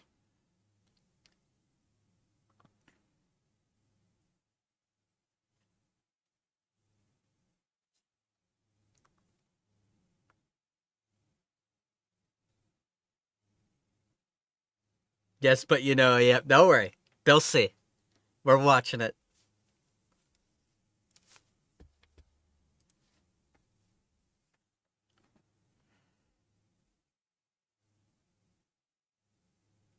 Now we get to see more of the firelights.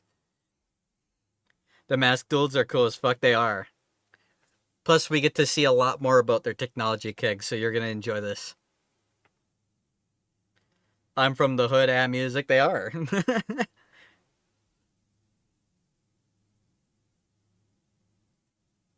Chem Punk Furry Gang.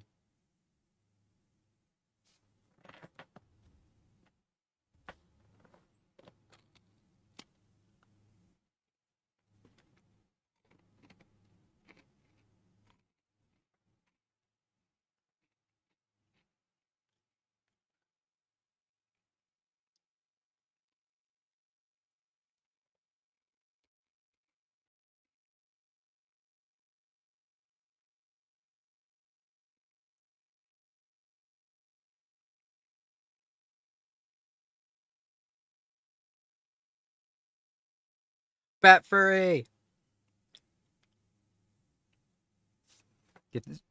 Get to see him without his mask. God, he's so cool. Look at him. Look at that cool ass mask. I need a mask like that.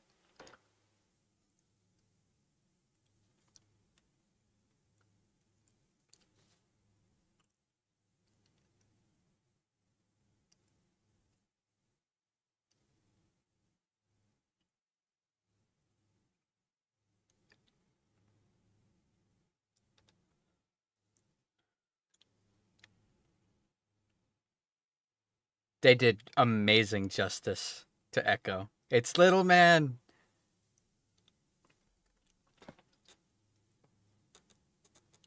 Man bet. Oh, yes. I'm man. Stupid cocky smile, that meme. We're only going to get to hear this intro 2 more times this season.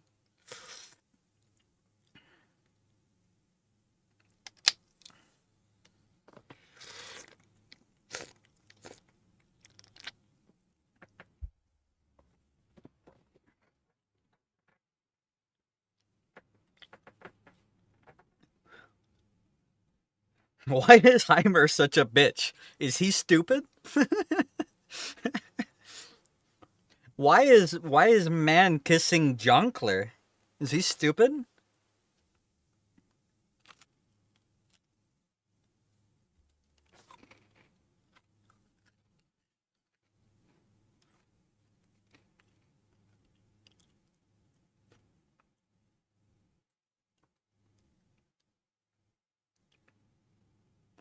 I love the fact that they were able to make a container that actually holds the gemstone in that short notice.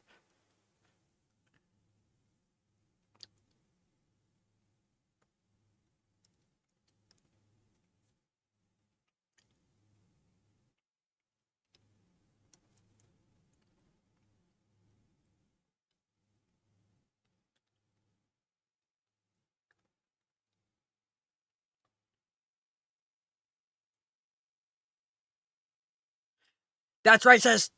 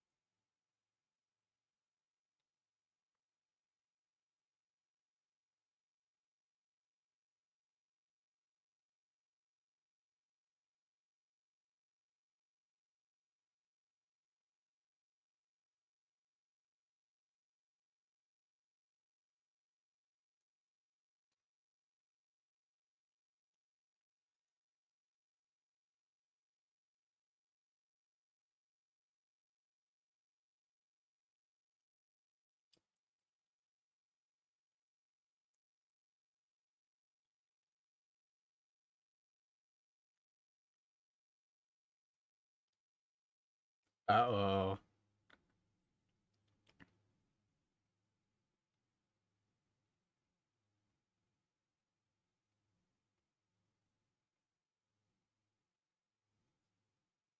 Singed is so cool.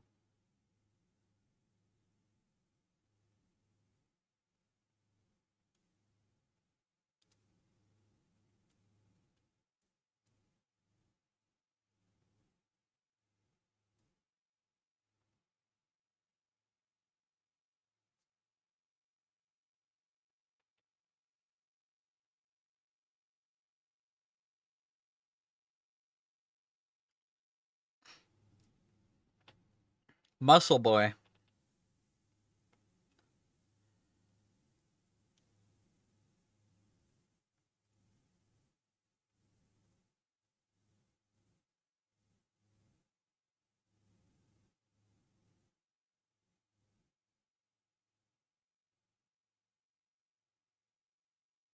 Dr. Cringed. Pretty good name.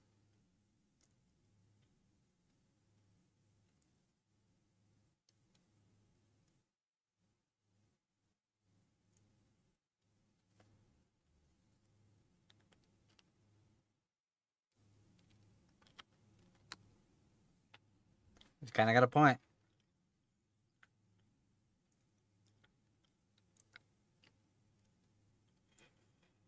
I know, right? I'm surprised Eggy wouldn't want to watch this with characters like Vander and Jace. She'd be losing her mind.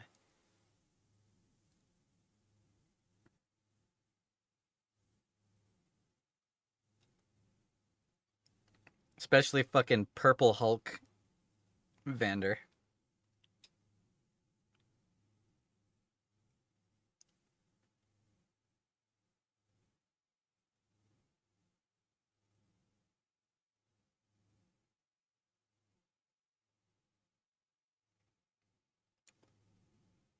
It's pretty hard to shake out the reputation of a show based off LOL. Yeah, true.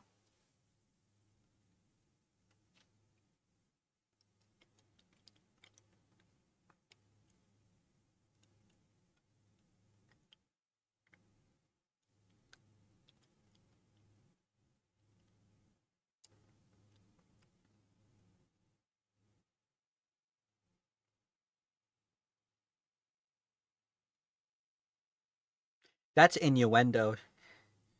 She was talking about his testicles. Lol.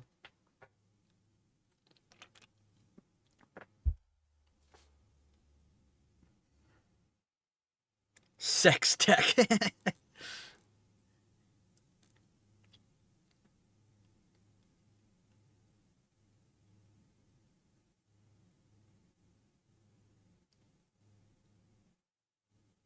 Yeah, the Chem Bear insane.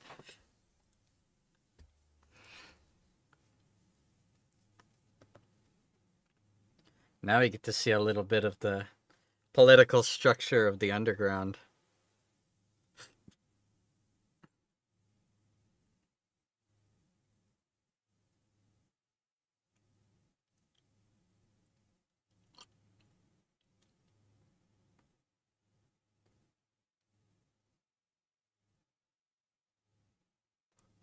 See, like real, genuine, heartfelt advice between these characters that the first act make you hate.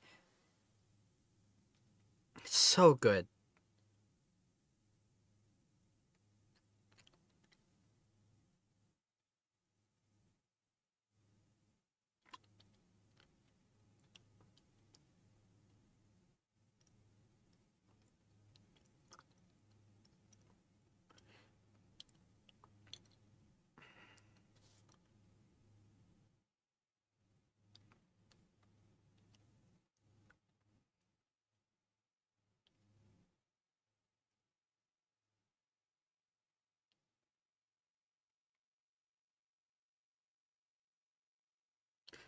This is what I feel like waking up from my dreams over and over and over again. This is genuinely what it feels like. It's awful.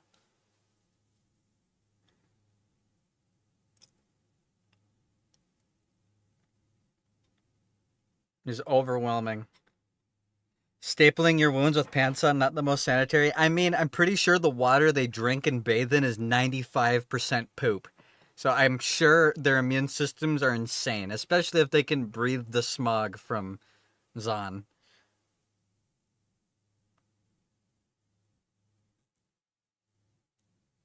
Trees!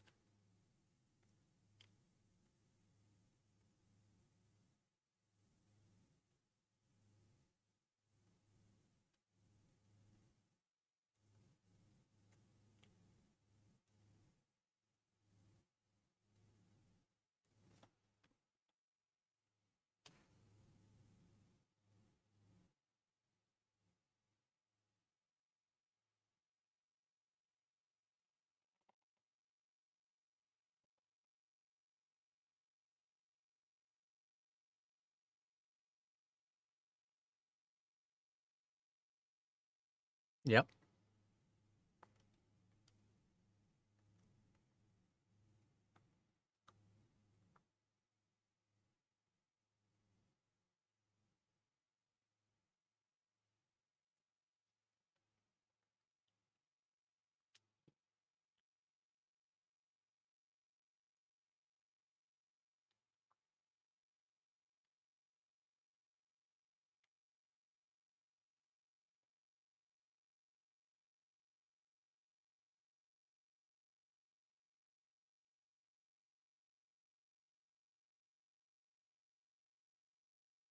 Hmm.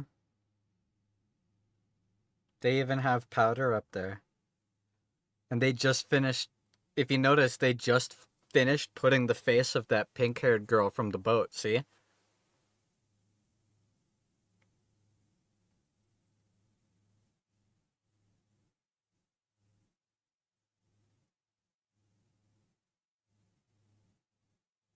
This reminds me of the Echo animation. Yep. This whole area is based off of the original Echo animation when he was first announced for League of Legends. Way back in what, 2015, 2014?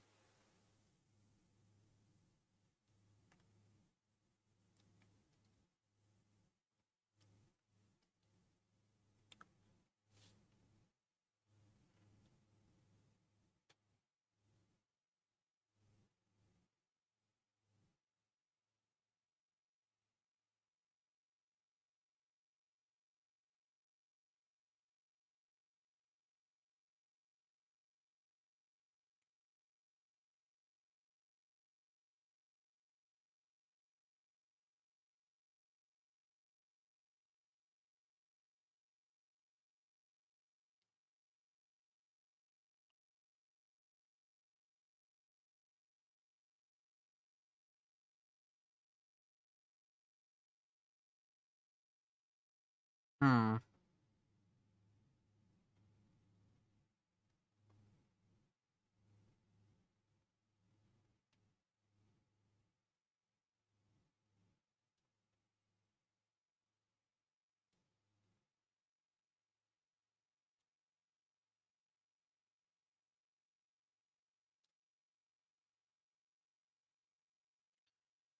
Why he always hold the cane like it was a scythe? Oh, trust me, as someone who uses a cane, I hold it like a scythe very often.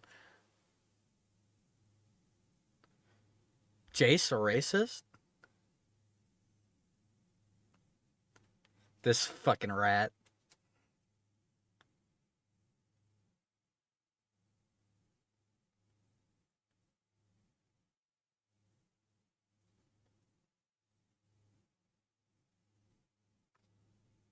Look at Silco's sick ass coat.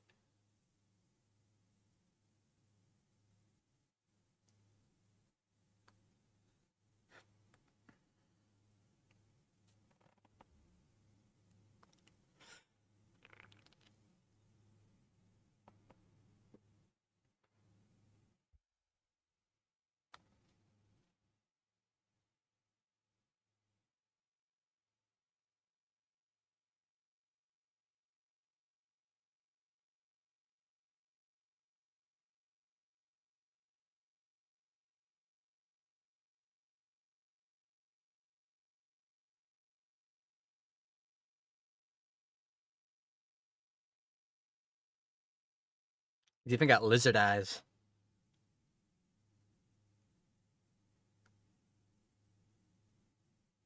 Think he got a thing for coats? You're right. You're completely right.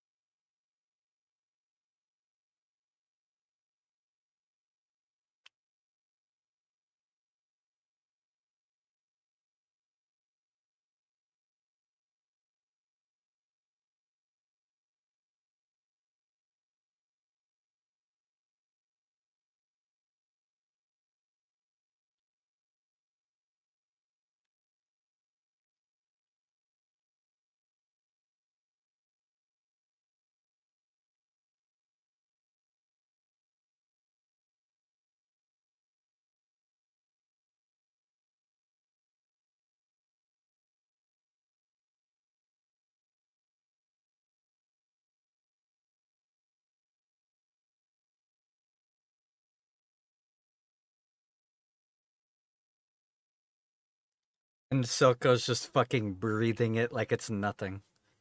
It's more parallels. It's just like the people topside.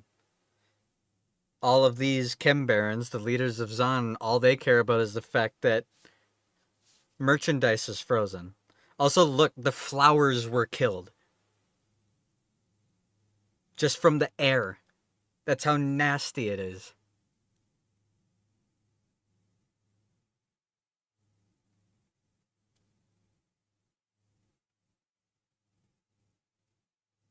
Yeah, if the only characters that are truly evil and wrong are the counselors and the Chem Barons, because they're just there for greed. Yep, exactly like the council.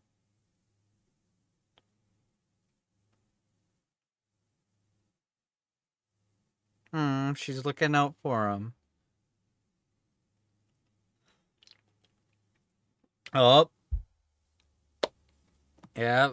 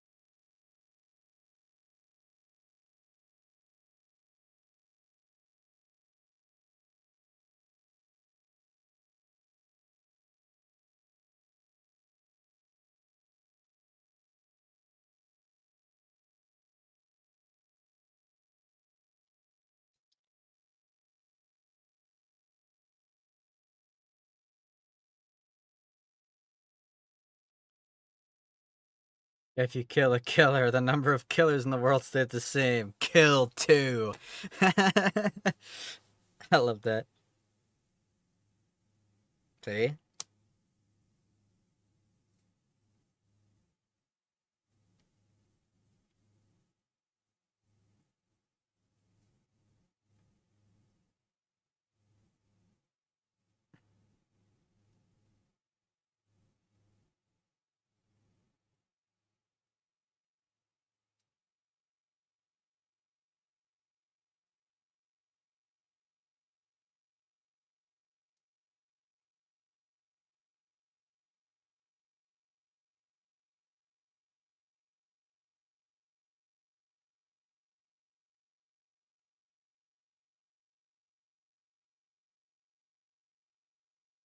Uh-oh, SpaghettiOs.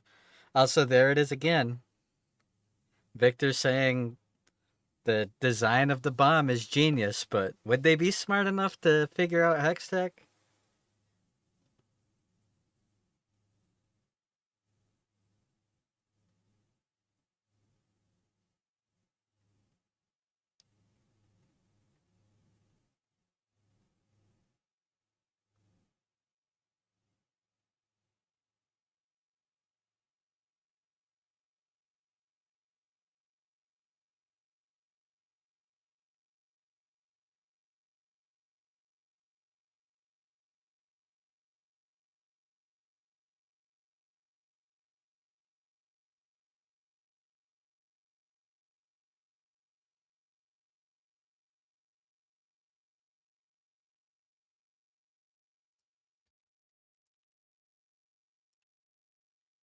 Sorry, I'm repositioning some stuff real quick.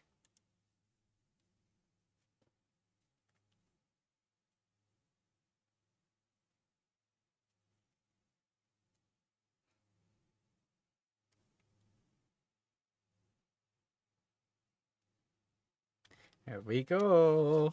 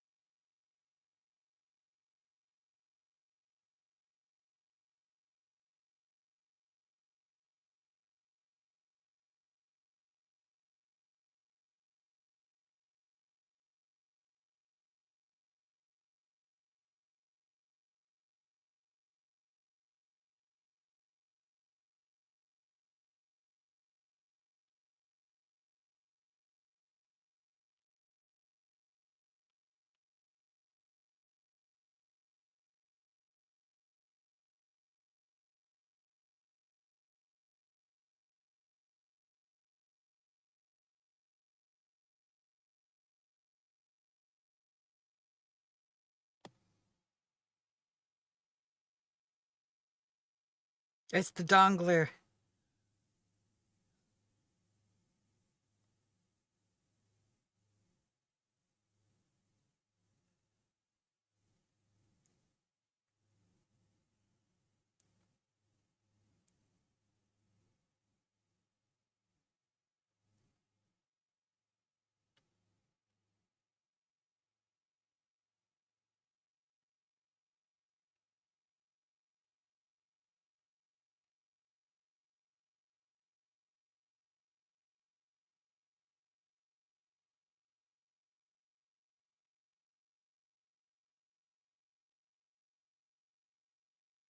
So cool.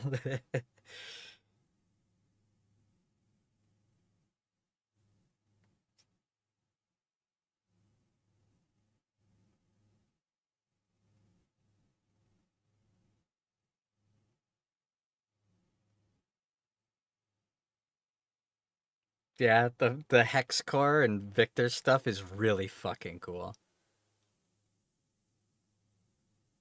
And it gets cooler.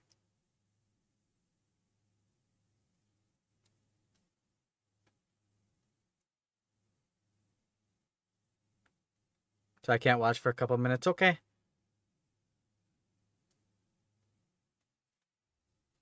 We're getting near the end of the episode, so if the episode ends and you're not back yet, I'll wait a little bit.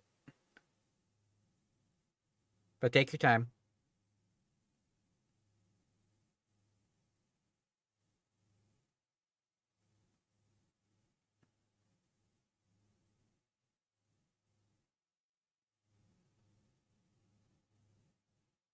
Uh.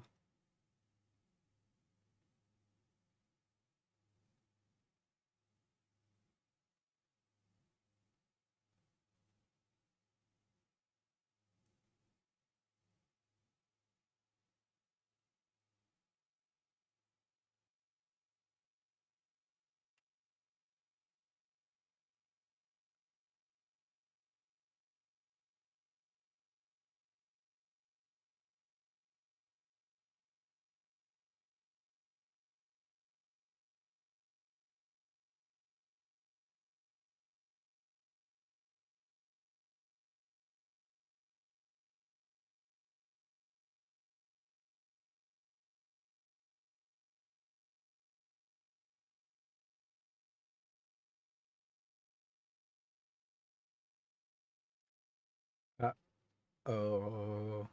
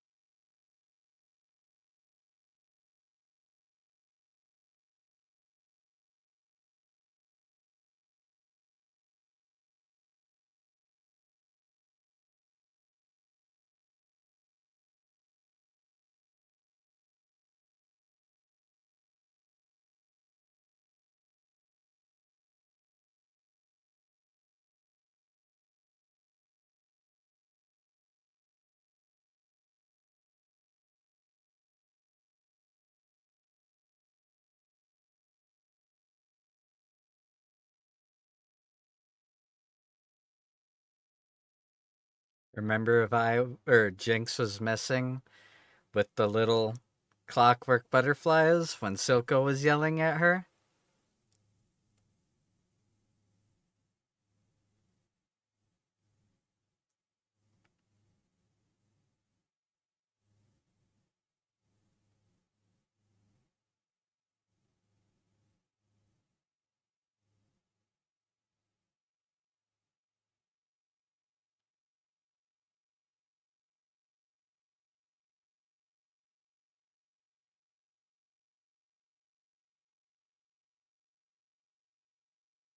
Yep, she's singing the song she sang at the beginning.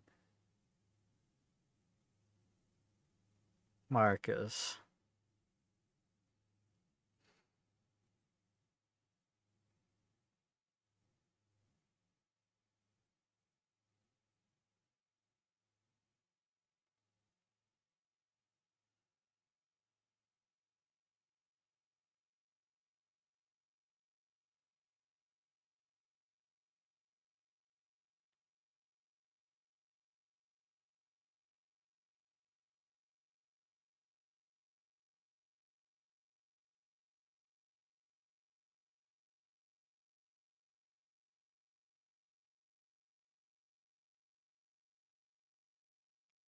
It's Echo!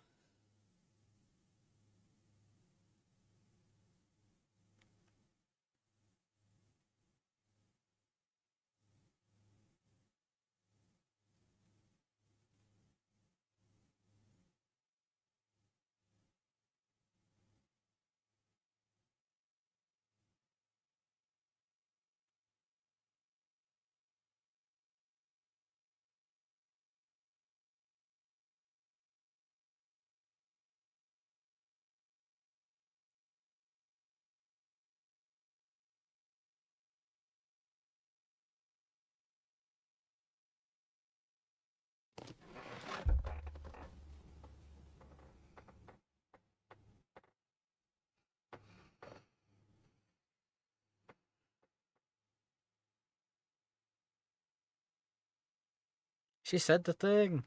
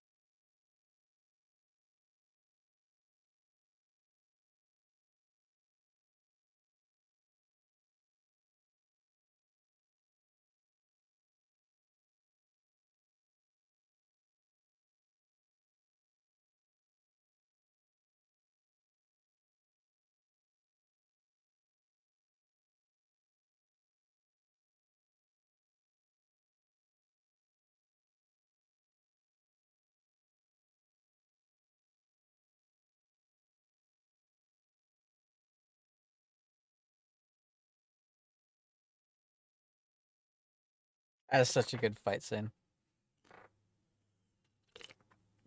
Yep, all the parallels. Oh, next episode's starting too quickly. I hate how it auto does that. It's such a good fight. That whole scene is really, really good. Jenks singing the same song that she did at the beginning. Marcus's last words being "Tell my daughter I." He wanted so badly to be a hero, but couldn't do it. He wanted so badly to do what was right, but couldn't. He was too scared for his daughter. He was too deep in it. The moment he made that first deal with Silco, he was too deep in. Such a good fight too. And there's a ton of symbolism in that. For those of you who don't know, Echo is a League of Legends champion, and his whole thing is that he can rewind time. That stopwatch, it's so good. It's so good. And him hesitating to, oh, it's so sad. Because they grew up together.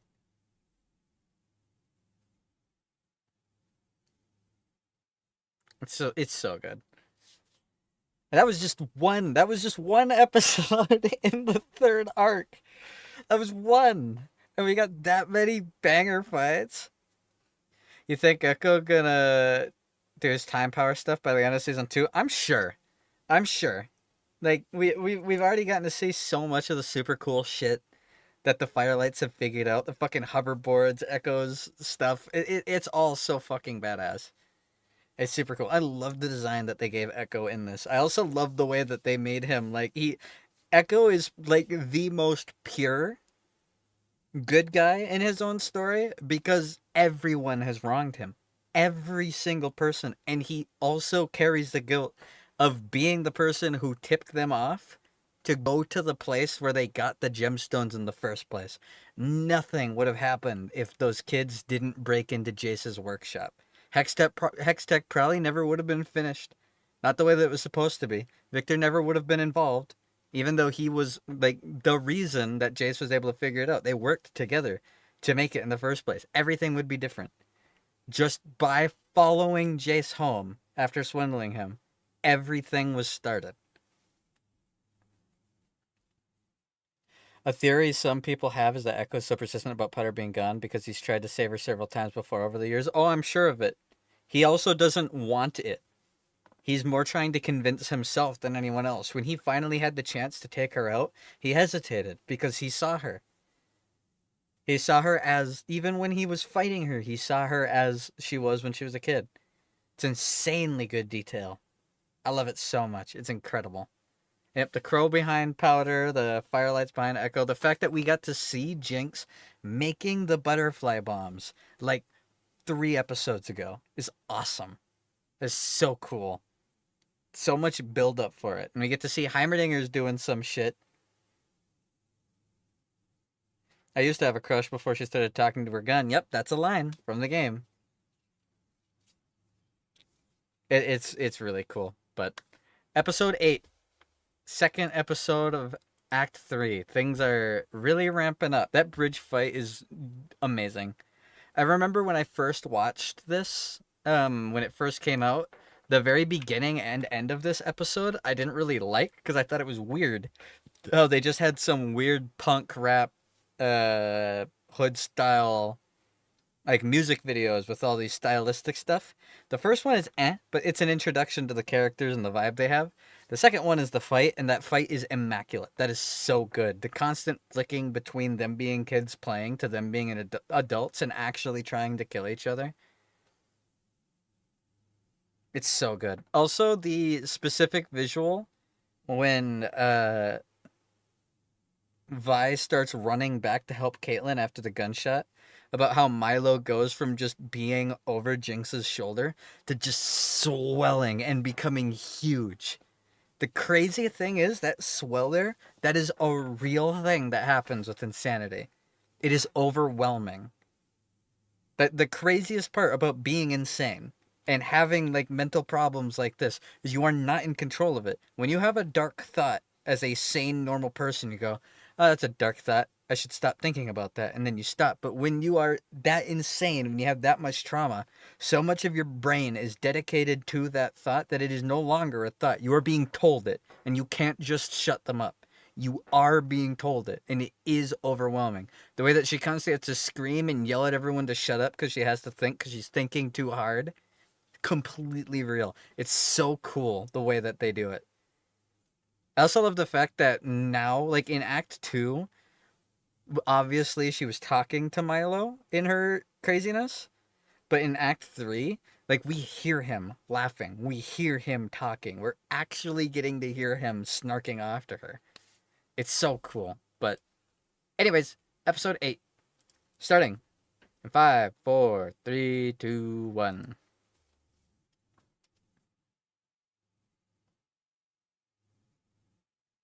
Also, Victor's getting up to some shit with the hex score.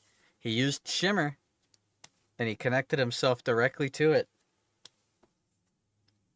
What's gonna happen?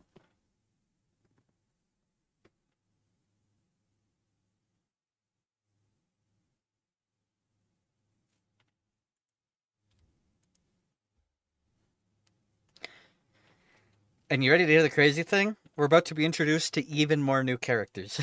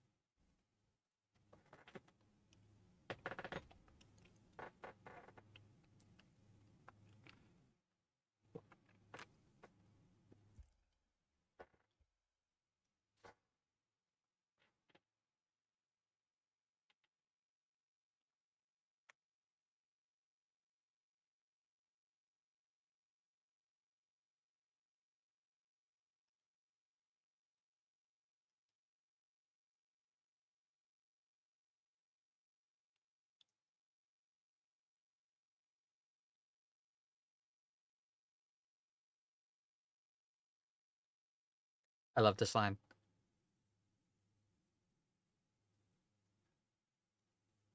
Such a good line.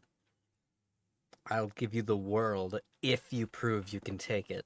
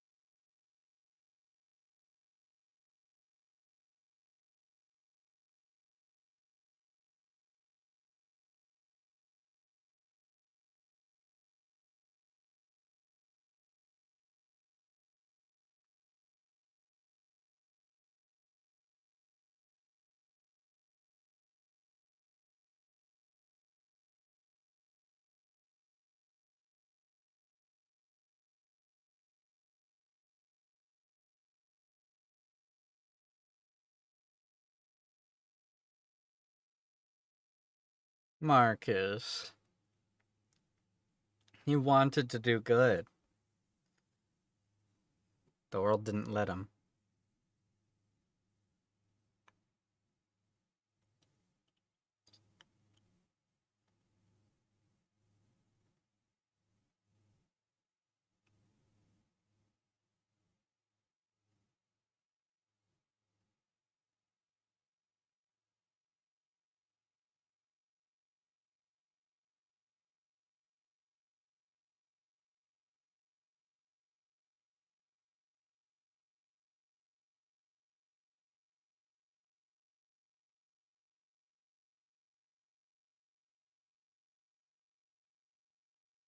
He managed to get the stone.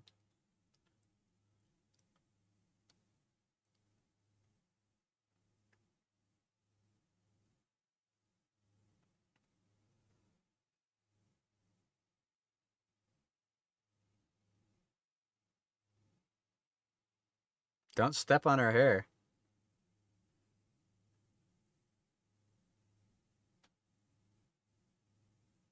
Second to last time we get to hear this intro. Silco running the Jinx always tugs at my heartstrings.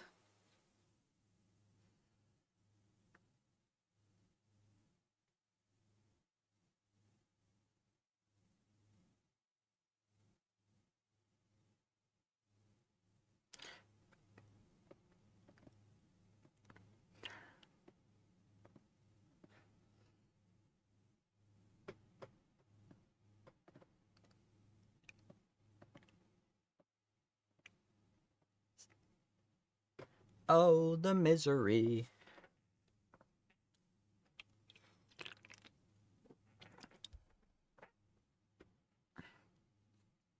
Most I'll spoil for season 2 is now. Oh, I'm sure.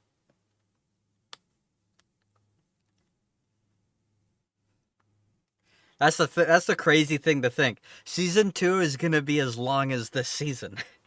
It's gonna be this long. This much shit is gonna happen.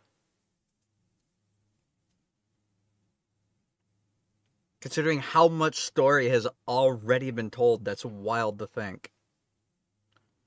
Marcus.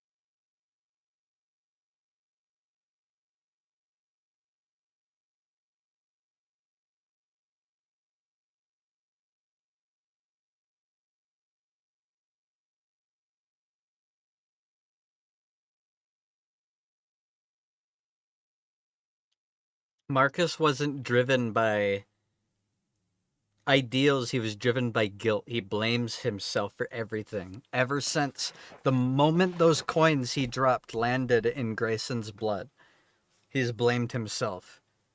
And he's been struggling with the drive to do what he knows would be right, to kill Silco. But he's too scared. And you would be too if you fucking walked into your house to see Silco and his goons playing with your daughter.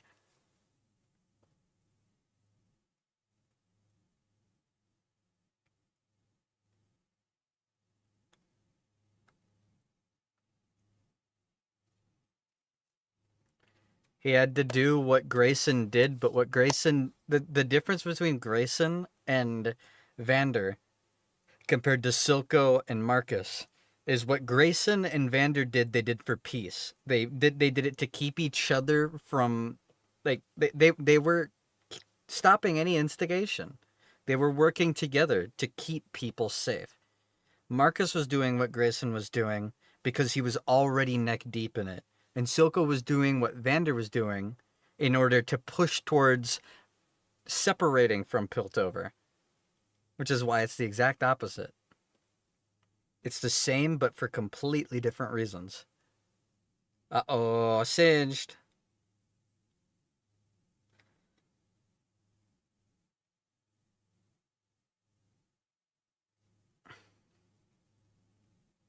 I will take responsibility. Yep.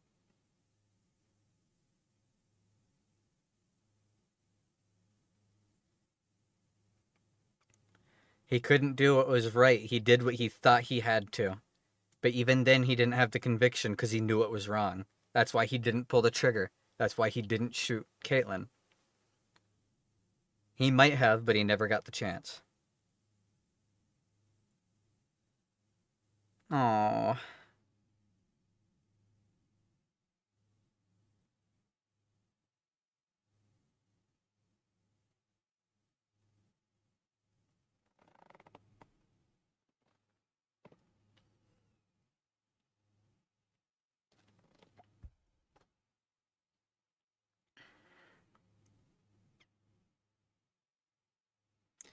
I also like getting to see Savika work on her own arm. She doesn't have some nerd doing it for her. She's doing it herself.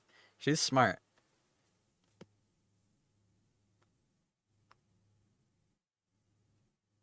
I want a Zippo lighter like his.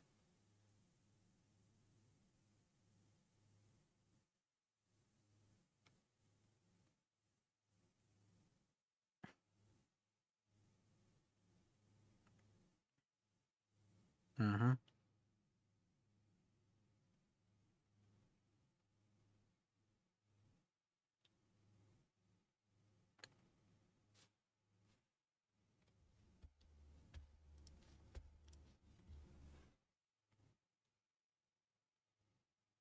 Sword arm.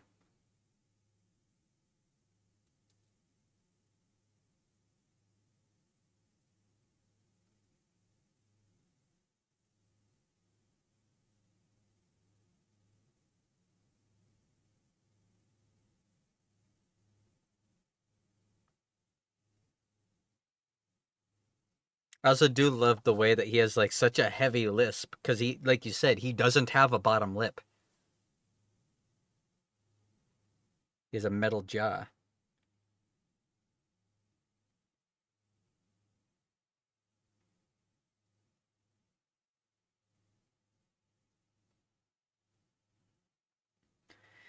Here it is. Let's see her.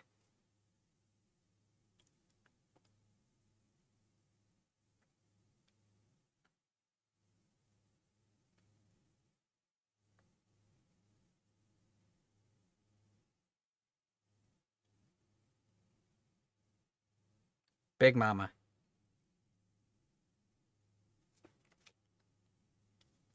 Let's look at that. Another cool offset cape.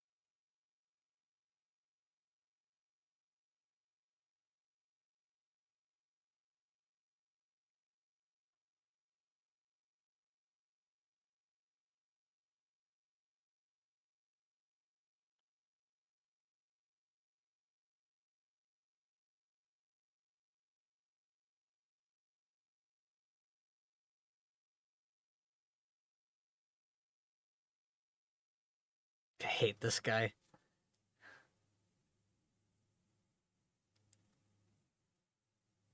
I hate this guy so much.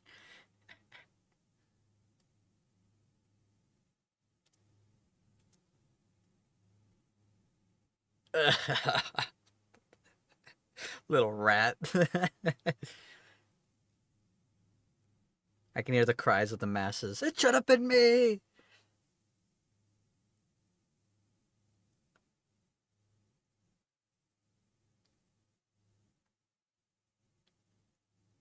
You have been doing nothing yet. Like, that's the thing. Everyone has a point.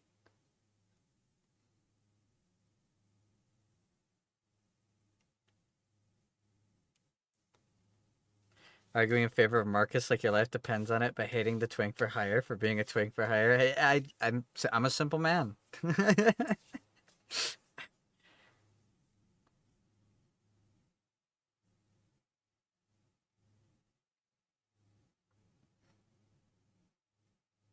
Ironically, there's a lot of parallels between Mel's mom, Mbessa, and Marcus, actually. Willing to do something simply for your children, no matter how immoral it may be. But then again, also, like you said, it's way more in depth than that. That's why it's so fun to talk about. The characters are so deep. So deep. It's so good. The fact that they can make a character something this deep to talk about over just a couple of scenes. Absolute top tier character and story writing.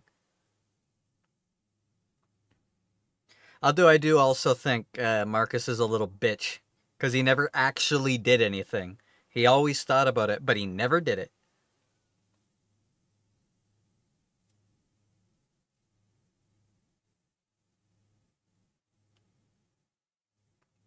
Uh oh.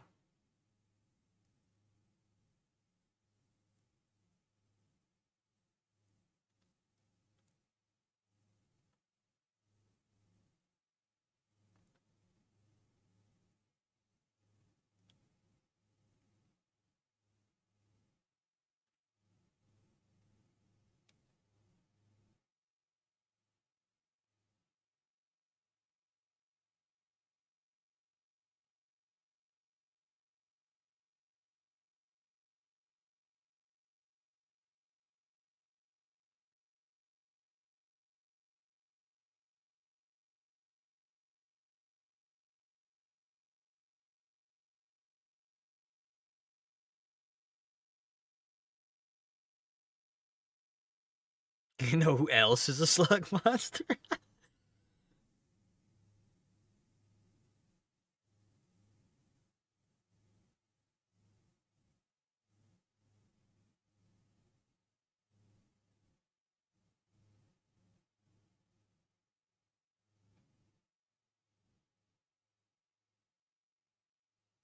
Drugging a mob boss before you borderline torture his daughter is a ballsy move. True. If there's one thing Singed is, he's fucking ballsy. He may look like a rat, but he sure don't act like one. It's the dongler!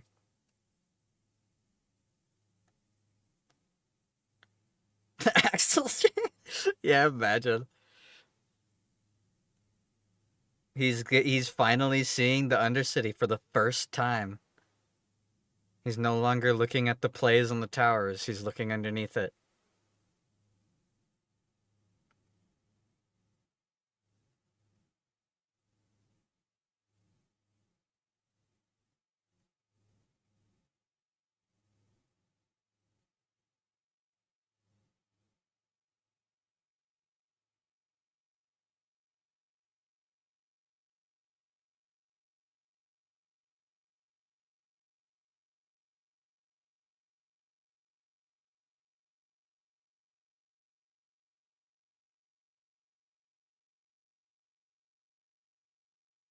Hmm.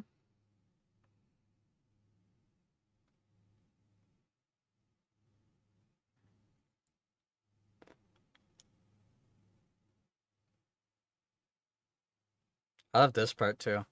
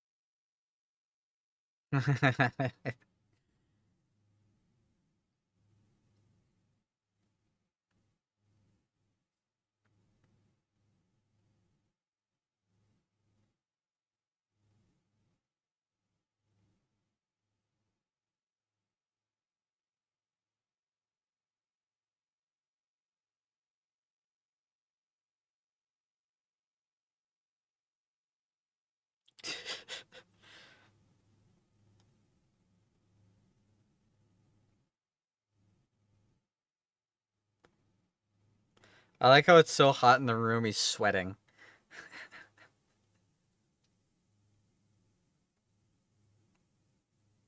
looking respectfully.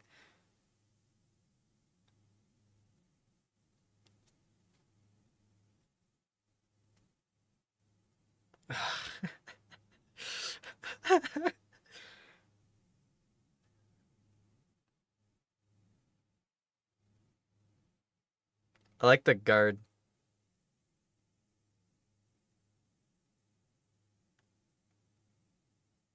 Hags, hags, hags.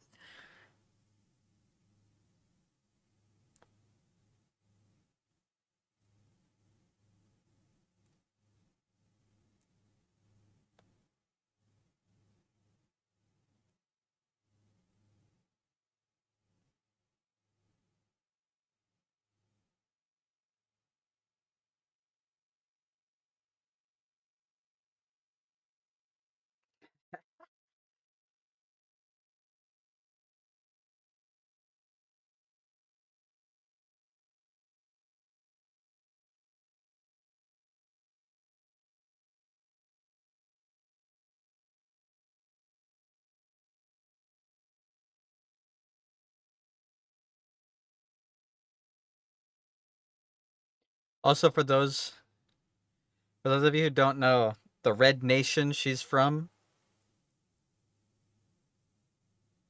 that's Noxus, a warmonger country.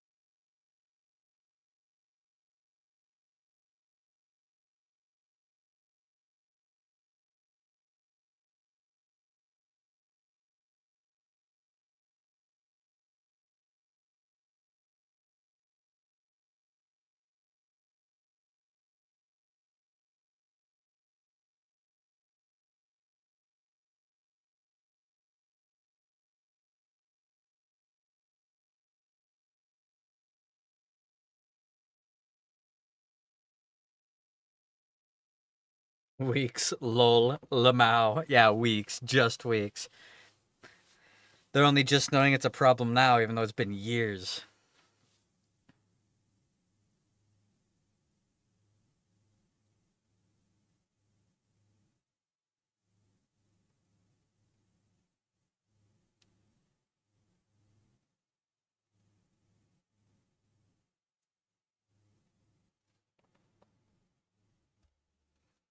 Is it a Noxus thing to like local cuisine? It actually is.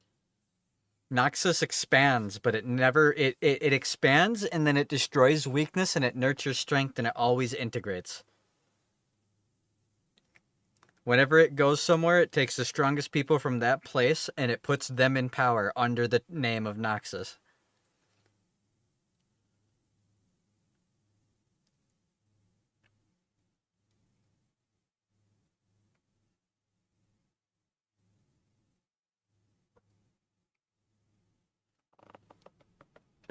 It's on that. It is exactly on that Roman type shit.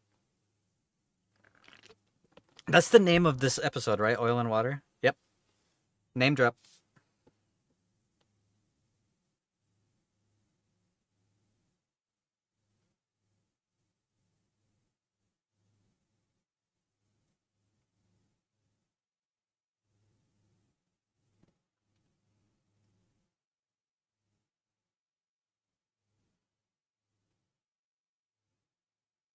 Victor. Look at his foot.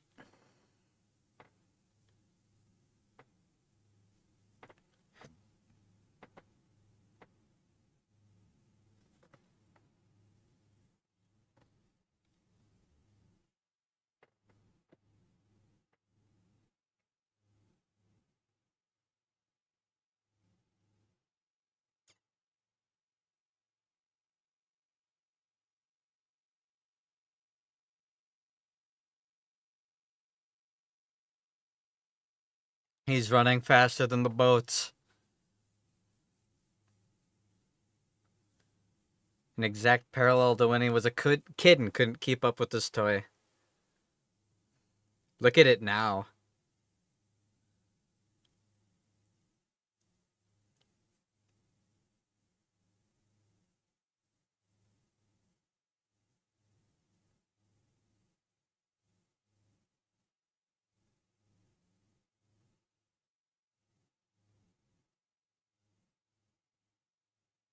He's out.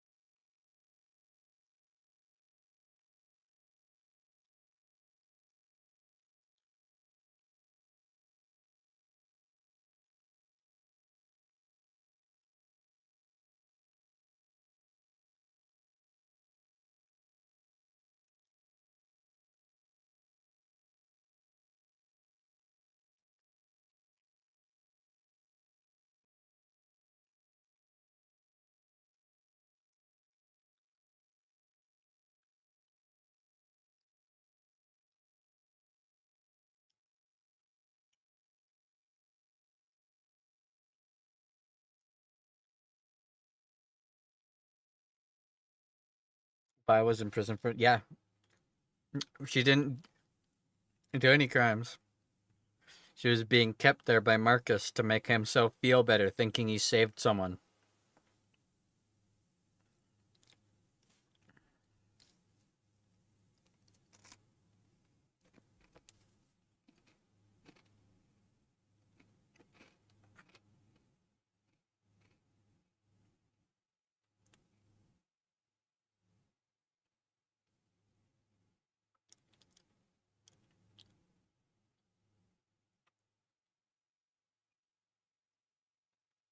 I like how everyone calls him Pretty Boy when he's a hunk. He is a pretty boy. Yeah, but he's a hunk. He just acts twinkish in bed, apparently, because he's a little spoon. So I guess it's warranted.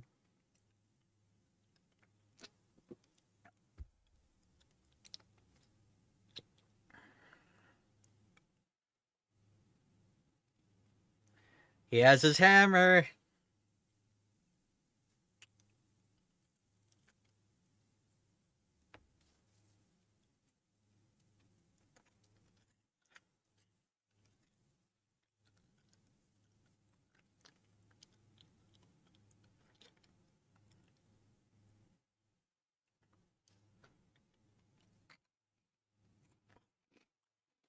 Let's see him. These guys are so cool.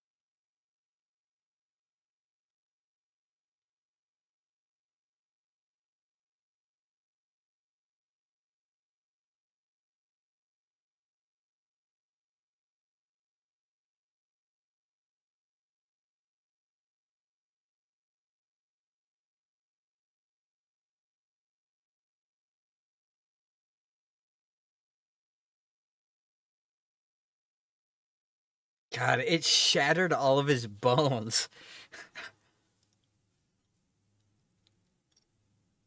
He got scratched in the exact same spot again.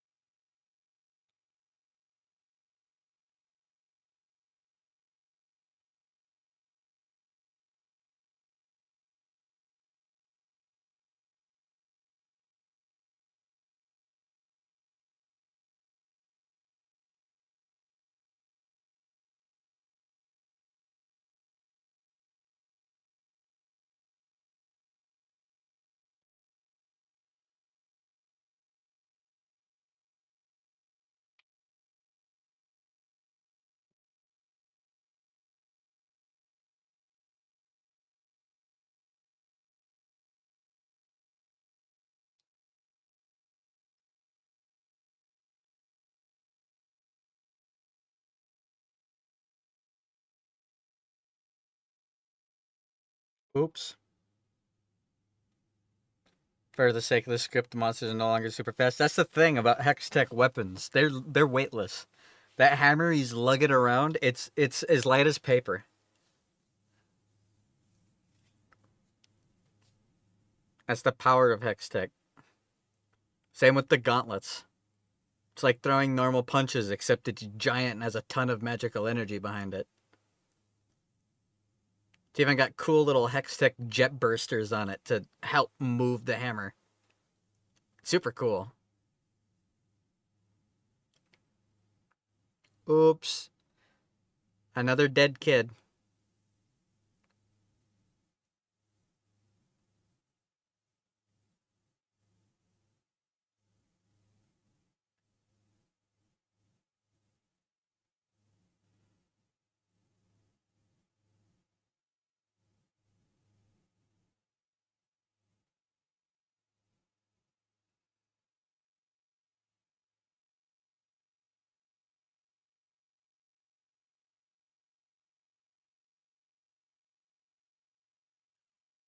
This episode has a lot of women bathing.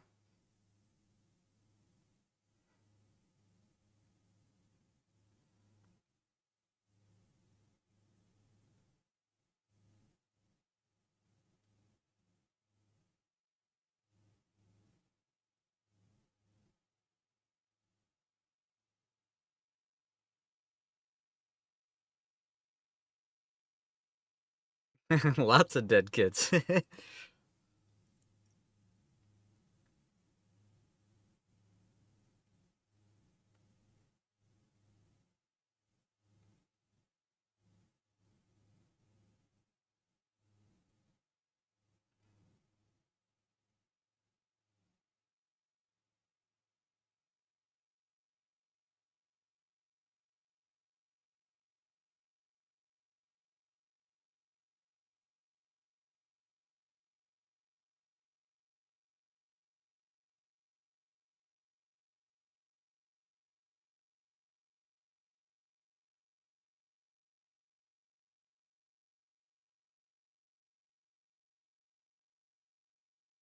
Ruh-roh.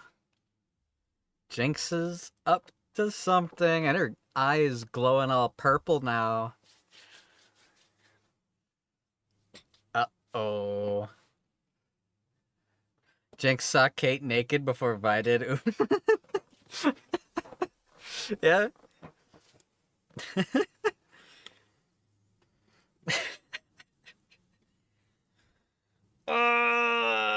We're nearing the end. One more episode, but so much happens in each episode. Would, if you say so. All right. Let's go to the next episode. The magic tech is awesome. It is. It's fucking sick. I love the weapons. The way that they like weaponize it, because the cool thing is both of those hex tech weapons were meant to be tools in schematics. They were meant to be tools. A hammer used for forging and gloves used for mining, but they're using them as weapons because it's exactly like Ambessa, Mel's mom, said. It's exactly like she said. Once the weapon is made, it will be used. That's how it works. The moment you make a bomb, the only way to keep someone from using it is to give other people bombs too. Mutually assured destruction, which is not a good way to promote peace, by the way. Does not work like that, because someone will use it. And when they do, everyone's going to use it. That's exactly what that whole scene shows. Jace finally goes down to the fight and he kills a kid. But here we are. The Monster You Created, episode 9. You guys ready for my single favorite episode of anything in the entire existence of entertainment?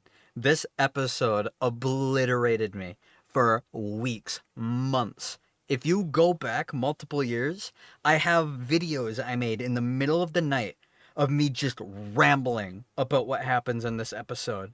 It obliterated me. This is season 2 might dethrone that title. I can only hope it will. Like, if I keep saying this, season 2 doesn't have to top season 1 because season 1's perfect. Just keep the momentum. Every single scene that we have seen in the last 8 episodes of this show, every single scene has had weight. Every single scene matters. Every single one. It does something. It skews characters towards something. It leads up to something, whether it's showing parallels or introducing parallels before we even know that they're parallels. I can only hope season 2 is going to obliterate me as much as season 1 does. But even the bath scene, yes, even the bath scenes have importance.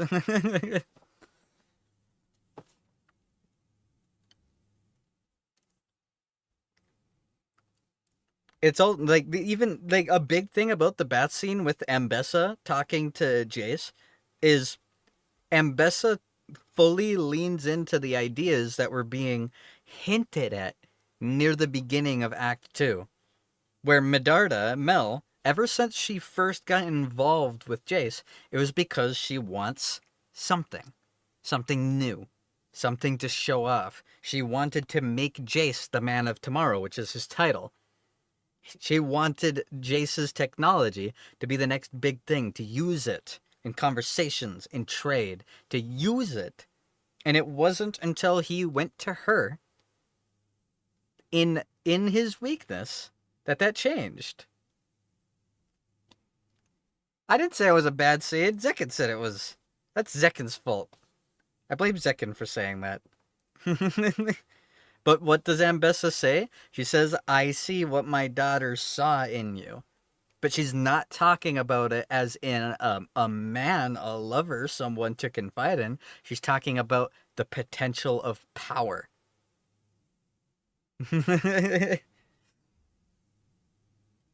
Super cool. It's just a couple lines. It is like 13 layers of depth and intricacy. It's so well done. You guys see why I like have praised this show every single moment that we've built up to talking about it. It's fucking crazy. It's so fucking good. But this is the last episode. They just said bath scene. Yeah, they said bath scene. Yeah, bath scene, not bad scene. Bath scene. All right. No, I probably didn't pronounce it very well. My rambling tends to get yappy. Okay. Last episode of season 1. Last episode we're watching tonight, but trust me, you're going to want at least a day to ruminate on everything that's about to happen. This is going to completely obliterate you. I apologize in advance, but also I'm not sorry. No, Lockhart thought you said bad scene, not bath scene. There's two conversations going on. One person's typing in the watch-along chat in the Discord, and the other person's typing in the stream. But Arcane Season 1, Episode 9, the end of Season 1, the monster you created. You guys ready? Starting the episode in 5, 4, 3, 2, 1. Dun-dun. I'm ready to have my everything completely obliterated and destroyed beyond repair.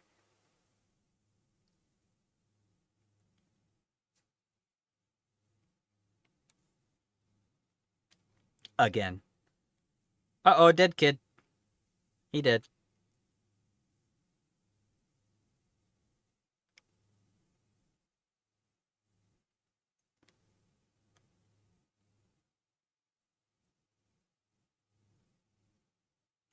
Now Jace is understanding Victor's right. Womp womp, kill the kid.